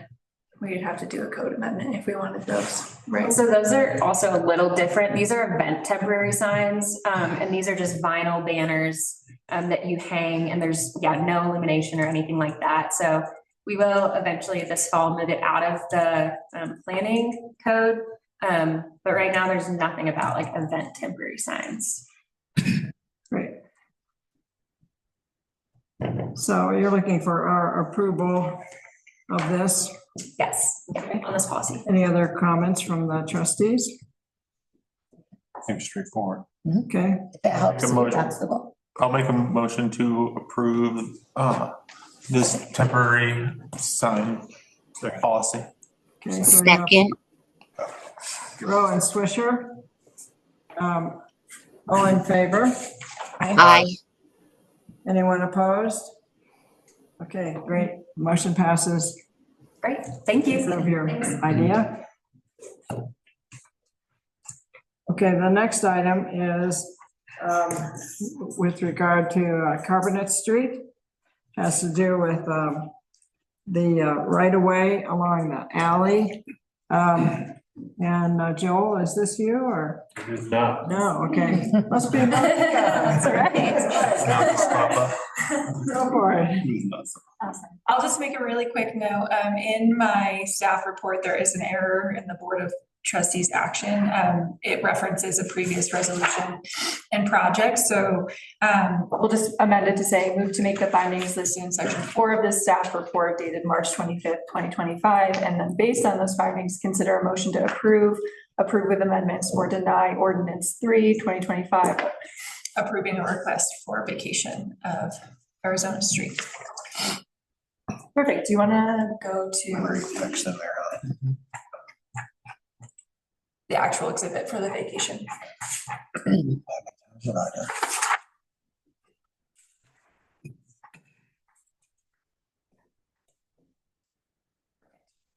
Great. If I had $1 for every time I had a copy paste error. I know. Move too quick. I know. But my apologies. I hope that didn't cause any. So that's only in the action Right. spot. Exactly. Just don't read that. You can still. We just won't read that way. Yeah, Yeah, it's not an issue with the ordinance. right, correct. So the Midland Apartments had a major site plan that was approved in December of 2023. And on that site plan, they reflected a rear alley width of 27.5 feet. That was what was reflected on the plat. It wasn't until they were in construction, I believe, that it was realized that the actual right of way with the fielded monuments was 22.68 feet wide, which creates complications on many respects, especially with their parking and their drainage within their site plan. They did explore some other options. Was there an opportunity for redesign? But luckily they worked with the adjacent property owner with the Klein parcel to get the owner's approval to move forward with this portion of vacation of right-of-way. And with that, they're essentially taking 5 feet from the right-of-way along Arizona on that south side of the Klein parcel there, block 65, and reallocating it back to the alley. And so they're just bringing the plat to meet the actual fielded monuments. And so it is a cleanup in many respects. And again, the Klein parcel has signed on. They are in support of this. And given the criteria for a vacation request, we look at 2 findings. The first being that no land adjoining any right-of-way to be vacated is left without an established public right-of-way or connection to their property. This will not change that for the Klein parcel. And then the second finding is that the right-of-way or access easement to be vacated is no longer necessary for public use and convenience. The only adjoining property that would be impacted by this portion of right-of-way vacation is the Klein parcel. Again, they have signed on and provided the required authorization. And additionally, we're really just conforming the platted property to the right-of-way to be consistent with those fielded monument stakes. So essentially, there won't be a change, a real lived experience change with this update, but it will give the Carbonate Street Apartments the space that they need within their dedicated alley. And with that, staff is recommending approval of the request for vacation for a portion of right-of-way along Arizona Street. I'm happy to answer any questions. Hopefully the staff report provided enough information. And of course, if the applicant has anything that they would like to add, they are here as well. Any need for further questions or answers from anyone? I move we adopt ordinance number 3, vacating right away on Arizona Street. I'll second that. Okay, we have Rice and Hike. All in favor? Aye. Anyone opposed? Okay, the motion passes and ordinance number 3 is adopted. Wonderful. Thank you. Okay, the next one has to do with Carbonate Street as well. This one has to do with PIA amendment request, or maybe requests. But please go ahead. All right, wonderful. The applicant, Scott Simmons with Tributary Development, is requesting a second amendment to the development agreement, which in this case for Carbonate Street Apartments is also the PIA. So you'll see those used interchangeably, but it is a request to modify the development agreement. And in summary, those amendments include push on the construction completion date to May 16th, 2025, Improvements including plantings, irrigation, and fencing shall not be required for certificate of occupancy and shall be installed by June 30th, 2025. Asphalt paving and striping shall not be required for certificate of occupancy, but shall also be installed by June 2025. And in lieu of the asphalt paving, the applicant is providing accessible parking spaces that would be paved with concrete, and the road will be graded with compacted road base to meet the grade at curb and gutter. And again, this also helps with drainage considerations. The original development agreement for Carbonate Streets was approved through resolution number 49 in 2023. The development agreement has been amended once before in 2024, and the first amendment was to change that construction deadline to from July 1st, 2024 to March 11th, 2025. Thanks. Due to further delay, the applicant is requesting further postponement of the required construction completion date to May 16th, 2025. The applicant provided some context in there. There are some considerations with the county that don't necessarily impact our town CO inspection and review. Given that the two apartment buildings are built separately, that's why we're looking at staggering the COs for each building. Additionally, the project team was not able to acquire asphalt prior to the plant closing last November, and the date of the plant opening is dependent on weather. I believe that the plant has a list going of folks that are signed up ready for asphalt. Somebody told me that they were the first on the list anyway, but and so given the uncertainty of that, that's where they've postponed that construction date to June 30th, 2025. And with that, I don't believe that there was a staff recommendation on this, but you've got the resolution there. And then I also provided, I actually think that this timeline started with Joseph, and then I'm sure that Joel added to it within the planning director position, but this pretty comprehensive timeline that I know that the applicant went through in their work session here, and just adding in that addition of that other development agreement amendment through resolution 46. So you've got a whole background there of how we've gotten here and really where the applicant is looking to go through this amendment. So I'm Scott, do you have anything that you would like to add or anything that I? Any questions for the planning director? I do have just a couple of questions. I know we talked about this at our previous agreement modification request. I'm just going to circle back for some clarity. So if these dates are the dates as they currently stand, if they're not met, what are the consequences and what's the remedy if they don't meet these milestones? That if we don't modify the milestones and they don't meet the milestones, what are the consequences and what's the remedy? It all unravels in the public. No, I think that kind of highlights why dates are a hard thing to include and identify as triggers. This one identifies some dates, but it's not something that you unravel. There's not a lot of weight behind remedying that. Technically, you can claim default and go through that whole process. The items that have weight in the way of COs and their other requests, as far as delaying landscaping and asphalt, those are probably more impactful and highlights why, when you're looking at as far as triggers, building permits, COs, plat recordations, stuff like that are really probably better triggers than identifying a date. If I could add just one thing, I mean, there isn't a temporary CO process yet that's ironed out. And a lot of municipalities, like for example, Gunnison, they'll give you a TCO and you won't have a lot of this, like the asphalt, landscape, all those things will be excluded from your TCO. And then you can go and get your final CO after those have been done. But currently there's not that process. So this is kind of our way of potentially trying to navigate that when the asphalt plant's not open. Is how do we Have you requested enough time, or are we going to have another adjustment? I'd like to say this isn't a public hearing. No. Sorry. So I'd like to keep moving here. With that said, the delay to June more so on the plantings and asphalt, in my opinion, looking at it and working with, we have Mark that's in the audience as far as on staff that has helped kind of construction oversight on the town's behalf. The likeliness of asphalt, yeah, it'll be available between now and June 30th. The same thing with plantings. Now is not the best time to plant, but give it another month or two and they'll be able to.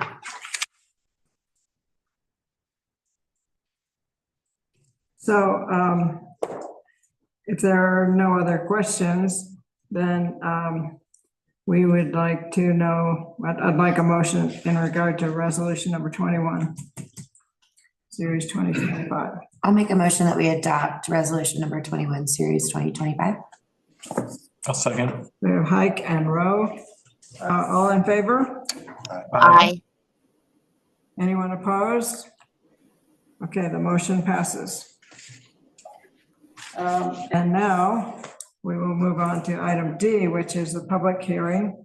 I'd like to open that public hearing, and this has to do with the water allocation policy.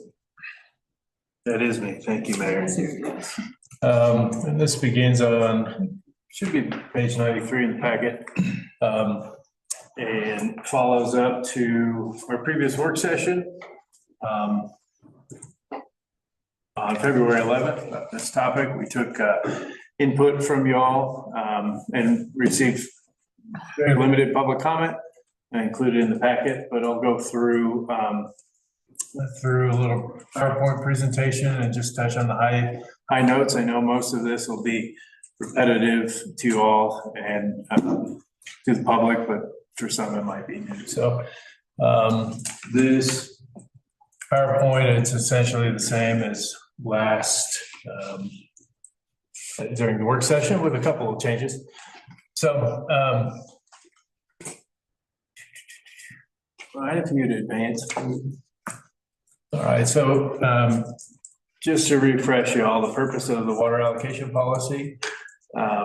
This is, it was established in 2023. This official one, there was some allocation that had started to occur in 2022, but this was for the purpose of allocating towns available water and usable water rights to align with community goals and needs. We sought to determine whether there are sufficient water rights to serve proposed development, and also to create a reasonable assurance that remaining water rights will be tapped for purposes that will help strengthen the community, its workforce, families, institutions, and businesses. And we want to create a framework so future board and future staff can follow, a sound process and how to update this. So there are certain triggers for review. The two that we're looking at this evening, one is we have new water supplies and that we're purchasing the 20 additional acre feet from the Upper Ark Water Conservancy District in October, and it is March. And so we have the ability and authority to update the water allocation policy in March. And so it outlines a process where we began with the work session in February for potential adoption of any changes in March. So the proposed changes, there's 4 general types. One is we updated the quantities in the categories to include the new water from the Upper Ark Water Conservancy District. And we added, this as a change from what that work session is, we added some language to tie any minimum or maximum use of any particular category to what might be described in subdivision standards within the municipal code.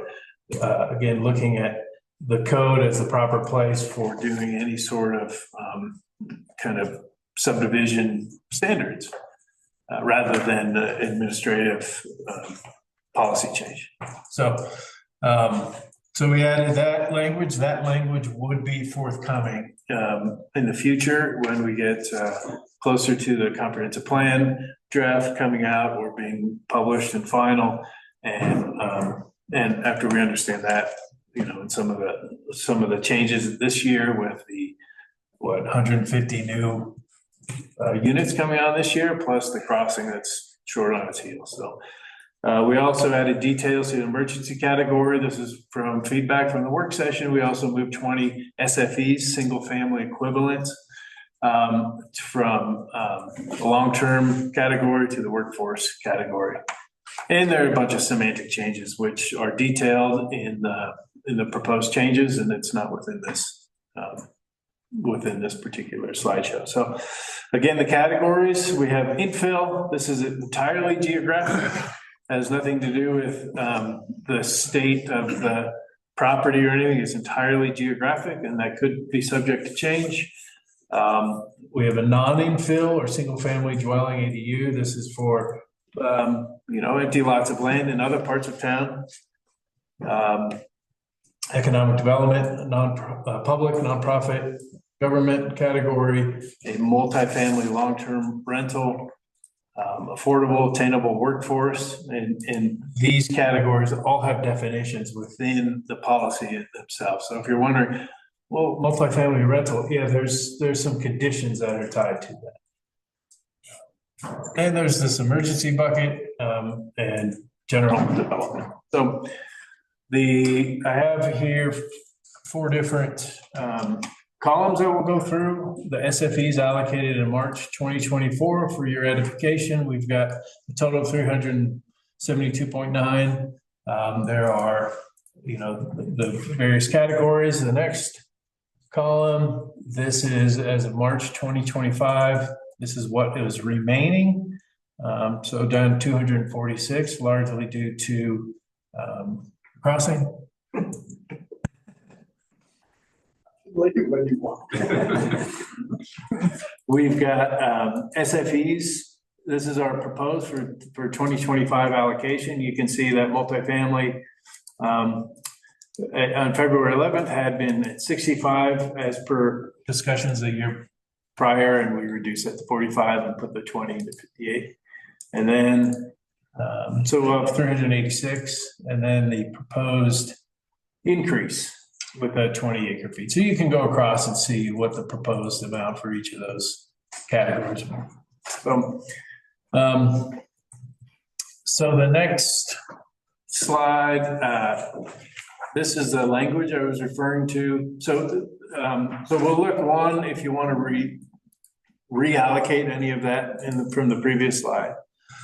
The next one is tying the minimum or maximum amount to the code. So basically, we discussed this at length February 11th, where you can have a general development project and come in and as a major subdivision, essentially take as much water out of the general as you want, which wouldn't leave water for somebody else, And the idea is, let's take a little bit of attainable or workforce housing, let's take a little bit from economic development, et cetera, and leave some in the general category for others. So the proposal again would be to add that language: any minimum or maximum allocation from any specific category shall comply with subdivision requirements in the municipal code. Again, those would be forthcoming requirements, and they would be reviewed and, through a UDC amendment proposed change. So those are the 2 main categories. There's of changes. There's a lot of little red lines, lots of semantic things throughout. The addition of that emergency category is also within the packet. So the next steps this evening would be, have any clarifying questions, open it up for public comment, close the hearing, deliberate, and then any kind of motion to approve with amendments, continue the resolution. There is, I included, get in here. There was, I apologize, there was some confusion regarding the resolution number. It should be resolution number 22. It is listed that way within the resolution itself, but not in the prelude in the packet. My computer malfunction significantly. There's some And there was also, there was some public comment related to this. Nothing substantive that would change it, mostly having to do with incorporating, not using the water allocation policy as an urban planning tool, which is what we're trying not to do by changing that, the code language and putting it within the municipal code rather than the policy itself. So we want to use this as a policy and not the tool. The code should be the tool. Code's a tool. Anyway, with that, if you all have any questions, clarifying questions? Questions for Joel? Questions for each other? It seems like it's Questions for pretty planning? straightforward from our last meeting, minor changes and updates, just revisiting to make it official with the resolution. Nothing else really seemed to jump out at me. Okay. And we do also have, when another trigger is the approval of a comprehensive plan. So we can visit this. This is a public Months, hearing. Yeah. If there's anyone from the public who would like to speak, please give your name and Thank you. address for the record. My name is Joseph Teifel. My address is 124 Mill Street. Thank you, Mayor, trustees, staff, Joel, for all. My comment is less about the policy and its previous and current use and more hopefully encouragement to view it in context of what it can and can't do for our community. I think when this was originally created, it was acknowledged that it's almost like, obviously I'm in construction, so I'll use a construction metaphor. It's like we're building rooms, and yet we need other tools to help people move into those rooms or to use those rooms after they're built in ways that we actually want them to be used. And I use that metaphor, and I'll call out economic development as a specific example here. We can see that there were 0 SFEs used in the economic development bucket over the previous 12 months. We're allocating 20 more, you all are considering that, and I think that's excellent. That's a statement of we want more room in that bucket. We need as a community more year-round jobs, which I think is absolutely appropriate, in line with all the feedback you're getting from the comprehensive plan, everything we all know of our community, where we want to grow as a community. And yet simply by allocating more SFEs to that bucket does not mean we will get more economic development. And so I would encourage you as the policymakers and elected officials for our community to make sure that you're taking the next step. And again, I'll go back to economic development and saying, if we create the space that we want that in our community, what else do we need to actually have that be used and developed? And we've brought this up before, it's in our 2015 comp plan, but the Urban Renewal Authority is a very concrete tool which exists and is utilized and has been utilized for decades all across the state that has been demonstrated to provide incentives and structures to actually achieve economic development. So that's an example I would just offer to you as policymakers. This is good. Let's put more space in that room of economic development. However, we must then pair that with other tools to actually see that come to fruition. So that's really the substance of my comment. I would really encourage you all to not forget about Urban Renewal Authority and the TIF financing it can unlock as a tool to actually proactively see come to fruition what we want to come to fruition. Thank you all very much.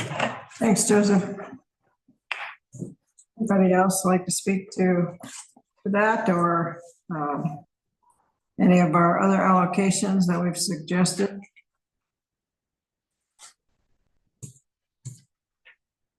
If there's no more public comment, I'll close public comment. Trustees, do you have things you'd like to bring up with each other? Cindy, is she out? Okay. Would someone like to? Go ahead, please. Joel, you said you're still working on figuring out some kind of presentation to add some kind of percentage, correct? But it's not figured out yet, or? Yeah, it's on the to-do list, as far as what to do is for kind of that minimum, maximum.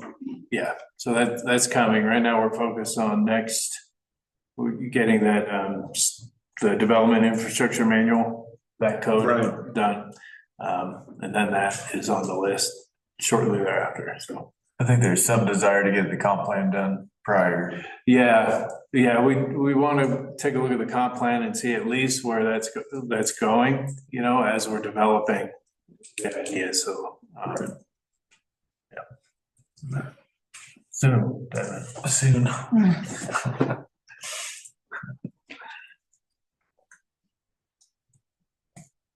I move we adopt resolution 22. Thank you. Second. For the water allocation policy. So we have Rice and Swisher. All in favor? Aye. Is anyone opposed? Okay, the motion passes. Thank you very much, and the public hearing is closed. So the remaining item in our business items has to do with the Colorado Parks and Wildlife land swap, swapping it for our town farm property, known as the Haug property, or the I guess it wasn't exciting to the rest of the people. I guess they're not. I think it's exciting. I think it's exciting. The highlight of the evening. Okay, and Marika, is this yours or? It's not. Back to Joel. Yeah. Back to Joel. Back to Joel. And I do apologize again, my computer, I mean, it really was having some issues. And so the pagination, like the first page of the agreement, which is on page 139, is not the last page of the agreement. That should be, I guess, page 1 inserted at 125. So anyway, yeah, I'd go to like insert a new page, copy, paste, and some random page from some document that I had opened like 5 days earlier, insert it in there. That's really That's the frustrating. artificial part of artificial intelligence. Yeah. I know where you want this page. No, you don't. So I apologize for that. So anyway, it's on page 121. It should be resolution number 23. This is consideration of the agreement between Colorado Parks and Wildlife and Town of Buena Vista. This is, as you all know, we've been talking about this is the quote unquote land swap for several years. Really beginning more in earnest in 2021, once we bought the town farm, and started to, kind of discuss what that could be used for. We had a meeting with CPW and they said, well, we're interested in swapping land. And so we got authority from the Board of Trustees to keep pursuing that, which we did. The town farm, as you recall, is 10 miles to the north, old Ron Hogg property, and CPW land is just south of here on the east side of the highway. There's CPW land on the west side of the highway as well. So after years of discussion, we're at a place where we have an agreement. The State Capital Development Committee is meeting Thursday to discuss this. We have a letter from the Board of County Commissioners sent into the state. We have been in contact with McCluskey's office, and we provide, depending on this evening, we provide a email to her saying that we are supportive of this. The agreement has been reviewed by town attorney, town water attorney as well. There's a water right that's involved. It's 3 CFS on either side, the dry field for cottonwood irrigation or irrigating ditch water.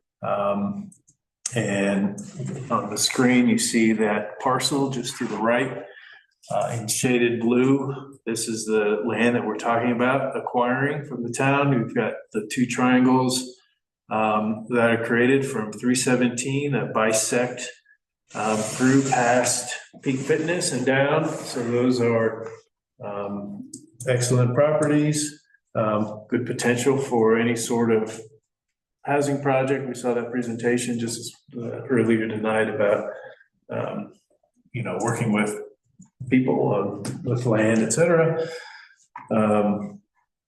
And of course, there's that potential for the road crossing through there. The Hog property or town farm is north. There's one residence, there's an ADU on that property. There's a couple outbuildings that's used for hay production. It's fantastic for elk. The elk are there in the spring and the fall. Wildcats migrate through that property to get to the river.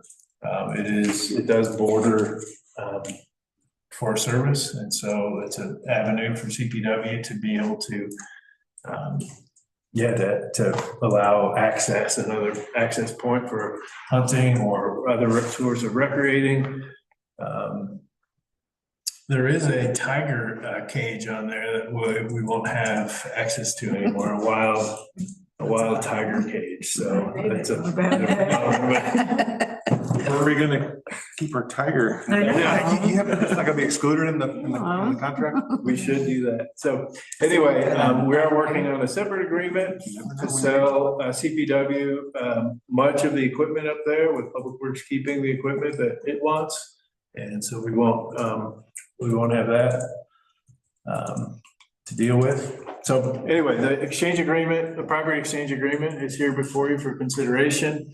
The resolution, if approved, would authorize the mayor to sign any sort of execution documents. It's a $0 exchange. The valuation of the land and water, our land and water and their land and water, was a $1,000 difference, which is spot on, right? There are two conditions, or in that section 1, we are awaiting the legal description for their property, and the legal description of their water right that our attorneys will review. So they have it, just not in legalese. So those are forthcoming. And here. So I'd like to commend you on your having the foresight of getting that Haug property to begin with, because it was the first time really where we realized that we could buy land and get the water with it. It seems thank you. it was the first time in a while anyway. Since the 80s, right? Yeah, at least, yeah. Yeah, it was a huge deal when we purchased them. Yeah. Yeah. Since actually 74, when we had that Ivy League agreement, that's the last water right. Oh, really? Which we can't use any of that water yet, still. Half of it is just We bought going away in the belt, yeah. Yeah, and then. And then it's worked out nicely as a trade now for the CPW. Yeah, and this has been in discussion for this land for how long? Man, We wanted it forever. Forever. Probably. we started it with Paul Moltz was originally trying to get that property and the water, and we were helping to bridge that.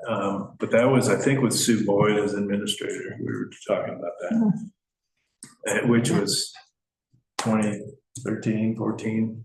All right. Yeah, I think the big thing, like you said, was having land to trade. Because they didn't want to sell it. They want to have land returned. Yeah, they can't sell it. Or they can't. No, we talked to them that to sell it, they would have to put it on the open market or do a bidding war, We would never on want an that. auction. And we wouldn't want But that. we can swap it. We swap it. So that parcel, it does, help protect the entryway into the town, and we have that road potential connection from Steele to Antero Circle for emergency services, et cetera. Some good advantages, so.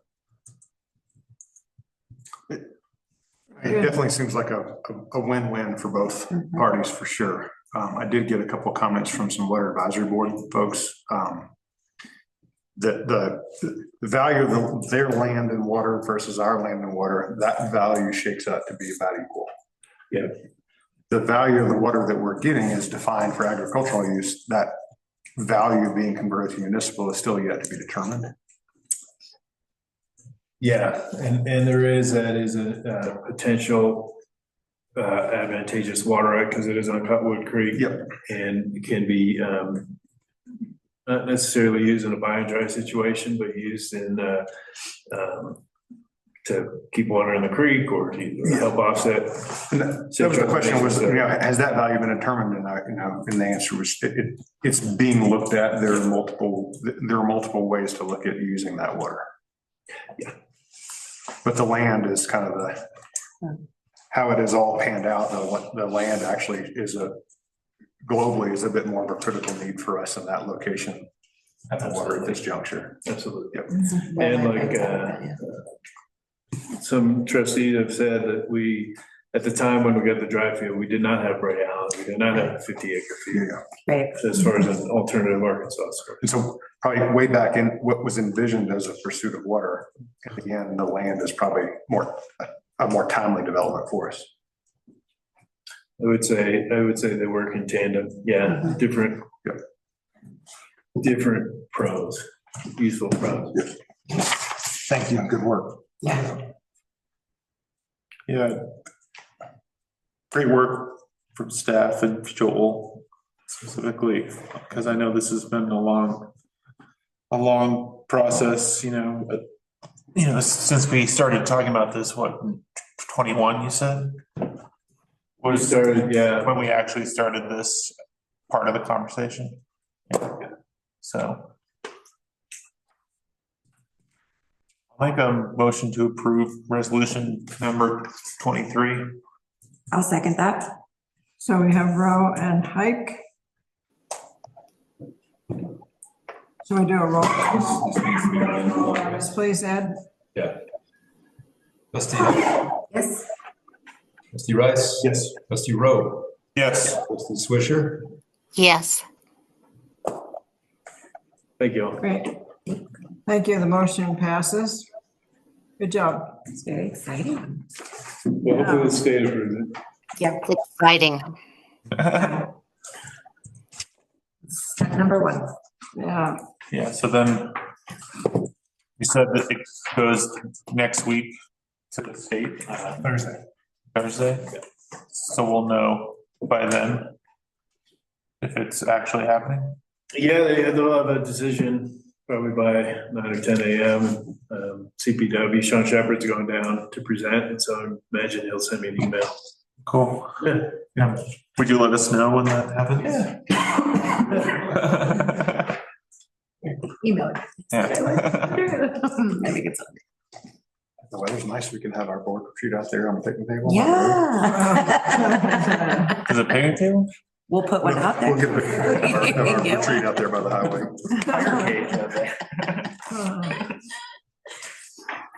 Well, great. I have received some nice unsolicited remarks about our new planning director. So that's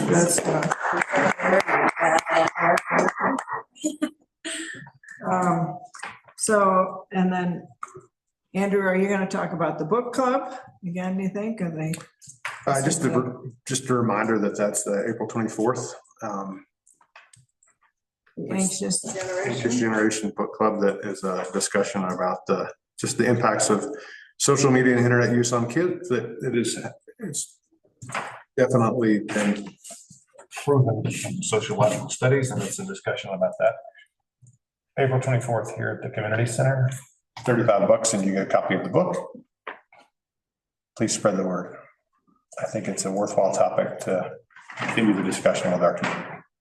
Did they want you to read it before, or are you getting the book that day? No, like you get the book well before it. So if you sign up, you go to town hall and get your copy of the book, you can read it, and you have the option of getting a hard copy or electronic copy. So the intent is to sign up early, get the book, and at least peruse it. That would help inform some of the discussion. But Andrew, do you know if they made any provision for people who already have the book? Or people who have two people in a household? I don't know. I don't either. Yeah. I did find it interesting that, the school district cites that book in their cell phone policy. It's a timely subject. Yeah. Yep. Thank you. Andrew, do you have anything else? Just kind of circling back on our discussion on the affordable housing. I think a couple things, and again, this is not at all directed toward Fading West in particular, but I think that the issue in general, it'd be nice if we could kind of tweak the dialogue and reframe the issue a little bit. I'd like for us just to consider to make the discussion kind of start personal and local and begin to talk about real people. Who are we trying to help? What problem are we trying to solve? You know, that's our local teachers, our first responders, you know, the people who make this community work, who need housing options. And I think speaking in the vagaries of AMI, we don't connect with it, you know? And so, I mean, just looking at, you know, a starting salary for a teacher is $42,000, police officer $66,000, the Department of Corrections officers $57,000. CDOT highway specialist is $59,000. We're posting a position for a DD planner at $56,000. The Chaffee County Sheriff's Office has a 911 dispatch for $56,000. Like all of those are the people I feel like we ought to be targeting to provide help for. Those are the salaries we need to work with. They're at 30% of their housing. At 30% of those salaries, none of those salary positions can afford a one-bedroom apartment in Midland. Right. And that's not the Midland issue. It's just in general. It's the skew of AMI in this town specifically. But I think if the Midland project is the best we can do with like all the stars aligned with, you know, the funding and the local players and everything, like if that represents the best that model can get. Yeah.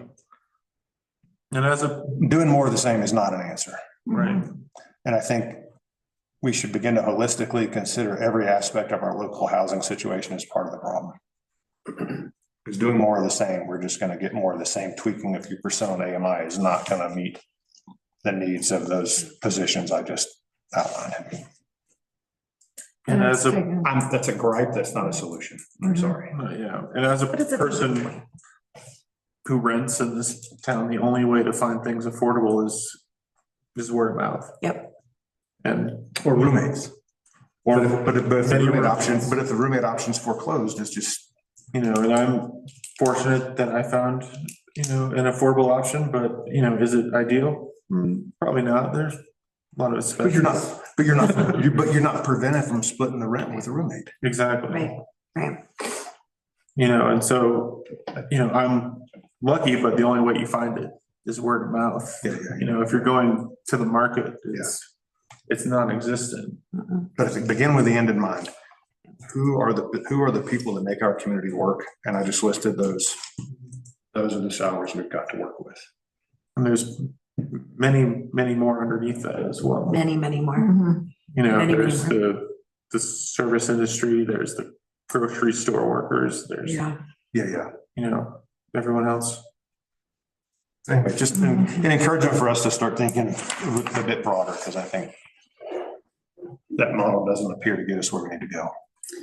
Yeah, that whole project, you know, has taken just thousands of hours of staff time over that 10-year period. And that's a financial contribution to the project. It is. It can be enumerated. Yeah. So, well, thanks for bringing that up. Maggie? I had nothing to bring with me. I'm excited for the land swap. I hope everything keeps moving forward. Other than that, nothing big going on at the moment. Just gearing up for summer. Everybody's spring breaking. Yeah. Great. And Devin? Question I've been thinking about the last few months that I thought about bringing up tonight is what does it look like if we were to increase the minimum wage in town, and what would that look like, and if that's a possibility? There's only very few places in Colorado that have done it. It's Denver, Boulder, and Edgewater, I believe. I'm gonna send you what I'm looking at right now. I've done a few searches for starting wages in town. Very, very few of our employers are starting at the Colorado minimum wage. Most of them are starting at 15 and up, most of them. Yeah. So I'd be curious to see. Unless you're a tipped service industry, because many of them are at 11.79, which is the minimum tipped. I would be curious on the many factor on that, because I know a few that are, but I know quite a few more that aren't. I know a few that are, but I know a few that aren't. Right. I think it's So, probably half. I think it's definitely something worth looking at. I did a quick study back and this was December. I'm just looking at all of the available jobs that were open and could be found online. And the lowest starting wage was $15. So that was actually kind of encouraging. And that a lot of our local employers seem to not be starting at minimum wage, but I'd be curious to see what the numbers look like for that. Yeah, I'd be curious to see what, if there's support in that in the board, or if that's even something that's something we can do. Correct? I think so. Catherine? That's a Catherine question. Ms. Sellers? Hi. I think we need to look at your ability to do it as a statutory municipality. Off the top of my head, I'm not sure you can. That may be something a home rule community can do, but we would need to look at that. Oh, okay. Okay. Thank you. So would that be like the county would be a statutory municipality, or we'd have to be home rule? We'd have to be. No. Yeah. Okay. But I'm not sure. I just want to check it because there's something tickling in the back of my mind. Okay. Okay. And Cindy, do you have anything you'd like to add? Well, I'm thinking about Devon's thing, and I can understand that people need to make a certain amount of income, but from owning a business, in order for us to increase what we're paying people right now, we would have to increase our labor rate. So it's a catch-22. I want everybody that works for us to be able to afford a home and whatever, but that's kind of a touchy area. And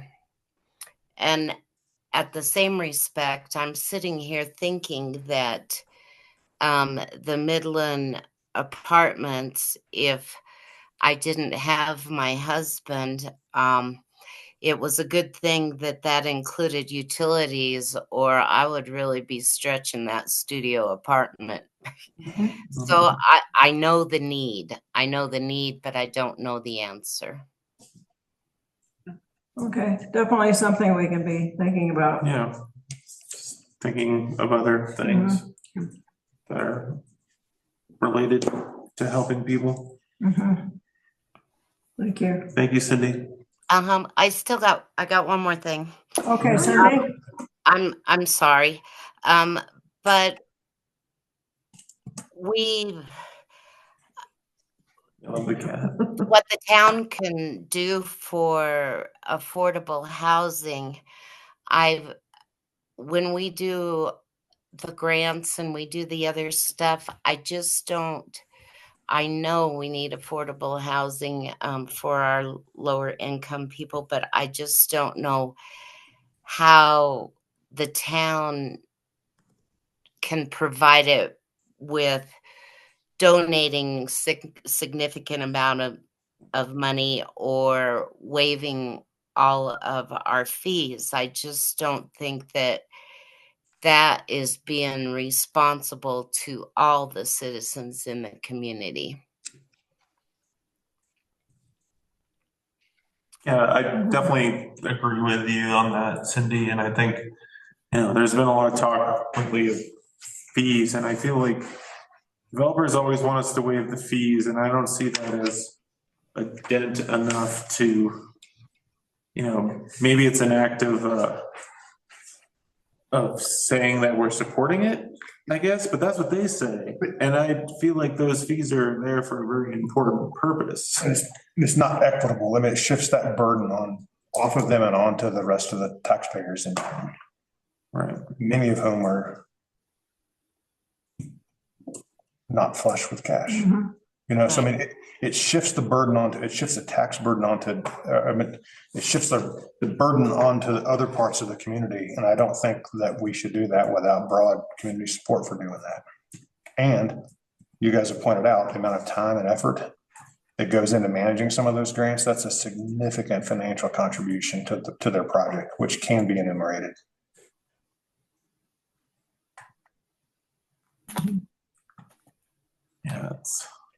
Yeah, Paul Andrews stated that he'll need a bunch of money if he wants to make it affordable, 6 or 90%. There's, I didn't want to bring it up then, but that's exactly my point. Right. To quit using the 90% AMA and 90% AMI and stand there and talk about rent per unit. Yeah.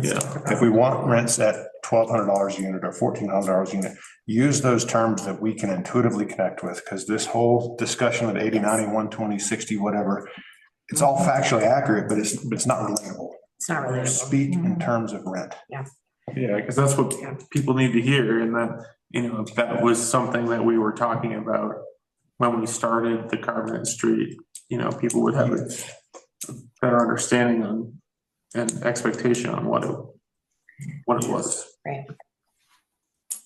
And I get it, AMI is the national standard, but it doesn't make it hopeful or appropriate for Vista. It's not graspable. You don't understand. Well, it's 90% of average. Well, that must be great. Well, it's not. Yeah. Because look at look at who the starting salaries for these key positions. And that's not even, and there are others even lower than that, And so like I said, begin with the end in mind, like who do we need to help and what do they make?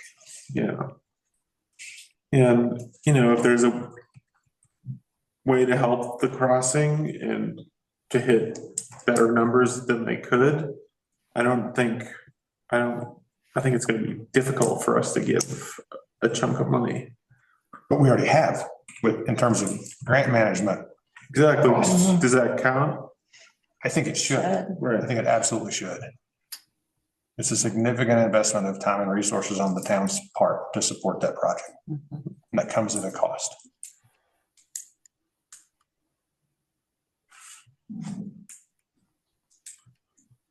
Usually my word count for the next 3 years. Do we have a thing coming up? April retreat? Yeah. April. Yep. Okay. Marika, do you have things you'd like to tell us about? Yeah, today is the last day of the community survey. So if you haven't taken it, there's still time when you get home. I think that the last update that we got from the consulting group was the day of the open house, which was last Tuesday. We had something around 350 responses. So I'd be really excited if we could get that to 500. I think that would be a really good pulse. We had about 60 folks attend the open house, which was great, especially given the weather, and it started to snow. So I was nervous that no one was going to show up, but it was great. And we had really positive feedback that with the amount of folks that were there, that they really felt like they could give thorough feedback and a lot of thought to each question.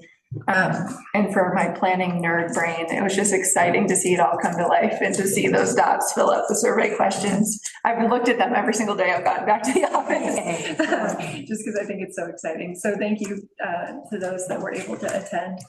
I did have a meeting with FEMA yesterday to get an update on the floodplain maps and when we should expect those to be updated. The target date is still 3 years out from today. So that there wasn't a good explanation as to why that continues to be postponed, other than everything moves slowly within the federal government. So we do expect some pretty significant impacts with the FEMA update, but as of right now, we'll just continue to work off the 2017 FEMA plan. I don't believe that I've shared this with the Board of Trustees yet. Apologies if I have. I have gotten a final update from the homestead applicant that they are withdrawing their application as proposed. So they will no longer be pursuing the multifamily and the R3 density that they were previously requesting. They are looking at some internal opportunities for a potential rezone, but it wouldn't be as dense as what was originally proposed. So I will keep the board updated as we have more information, as is appropriate to do so, given that we'll go through a public hearing process, but just wanted to give you that update. And then as Trustee Rice mentioned, we do have the planner position posted, and we've gotten 6 applicants up to this point. So that's really great. I think it's been posted for about a week and a half now, maybe 2 weeks. Unfortunately, there's not a lot of local applications, which I think just adds that level of complexity with finding housing here if that's the route that we go. But it is great to see the turnout that we've gotten so far. So we're excited about that. And I think that's my update. Great. So homesteads, no go? A homestead is no go. So and I say that with the caveat that they do have a row of single family platted homes that it is already platted. So they are looking at developing those homes as large lot, single family detached, or larger lot, single family detached. So it will very much mirror the neighborhood to the west there. So I say they're no go, but we could see development somewhat soon on that row of homes. But otherwise, yeah, everything, they have to go back to the sketch plan process. Disappointing. I feel like that was a lot of staff time and whatnot. Obviously the tensor idea was something that was very attractive to what we wanted, but. Yeah, and they are continuing to explore their options. I think the property owner, and I don't mean to speak for them, but what I had heard from the applicant team was there's no surety with a rezone request. And so he felt like with how much time has passed, that he just didn't feel good continuing to pursue a rezone, not knowing what the outcome was going to be. And I did offer an opportunity for them to come back to the board. I think that's another thing, right? The board has changed a lot since they originally brought that proposal forward. And so I did offer an opportunity for them to come through and do another sketch plan discussion, just to touch base with the board today, just to understand the board's thoughts, but they decided not to pursue that, so. They don't want to talk to us? I don't want to talk to you, but. It's Andrew. On that note, though, I appreciated the work session that we had last time. Yeah. With that sketch plan, having that time was really helpful to kind of work through a lot of questions that I think otherwise may have gone unaddressed. Right. So thank you for that. Yeah, of course. Thank you. When did they present the first time? It was quite a while back, like I joined. years ago, maybe. November 22, I think. Okay. It was like longer. Maybe it was. Yeah, lots happened. All right. You want to go, Brian? Yeah, there's a couple of letters of support in the packet. I did want to kind of bring those to your attention. One is the hazard mitigation plan update. This is kind of a funnel through from Rich Atkins, our emergency manager. The hazard mitigation plan, this would be the 3rd update I've been able to participate in. It's required to be updated every 5 years. Like any other kind of federally funded thing, this is actually in anticipation of a completed plan in 2027, 28. So basically looking to apply this year, be awarded the grant next year, contract, and then implement or actually go through the updating process in 2027. So hence why the letter of support is actually kind of loosened up a little bit as far as we can't fully commit funds 2 years from now. But it does identify that, yeah, we're aware of it and we will prioritize come budget budget time period in 2026. So it's got that and then kind of a robust scope of work. Again, this is something the town and the county does every 5 years, but this is the letter that they're looking for. On that front, just based on some discussions I've observed at the airport advisory board, that's an area of interest for them to remain connected and involved. And so when the time comes for that work to be done, could we get them involved? Give them an invite? Yep. Thank you. So would we like a motion to approve my signing this letter? Yes. I'll make a motion that you approve the support of scope of work for the hazard mitigation plan. I'll second. So we have Hike and Row. All in favor? Aye. Anyone opposed? Okay, that motion passes.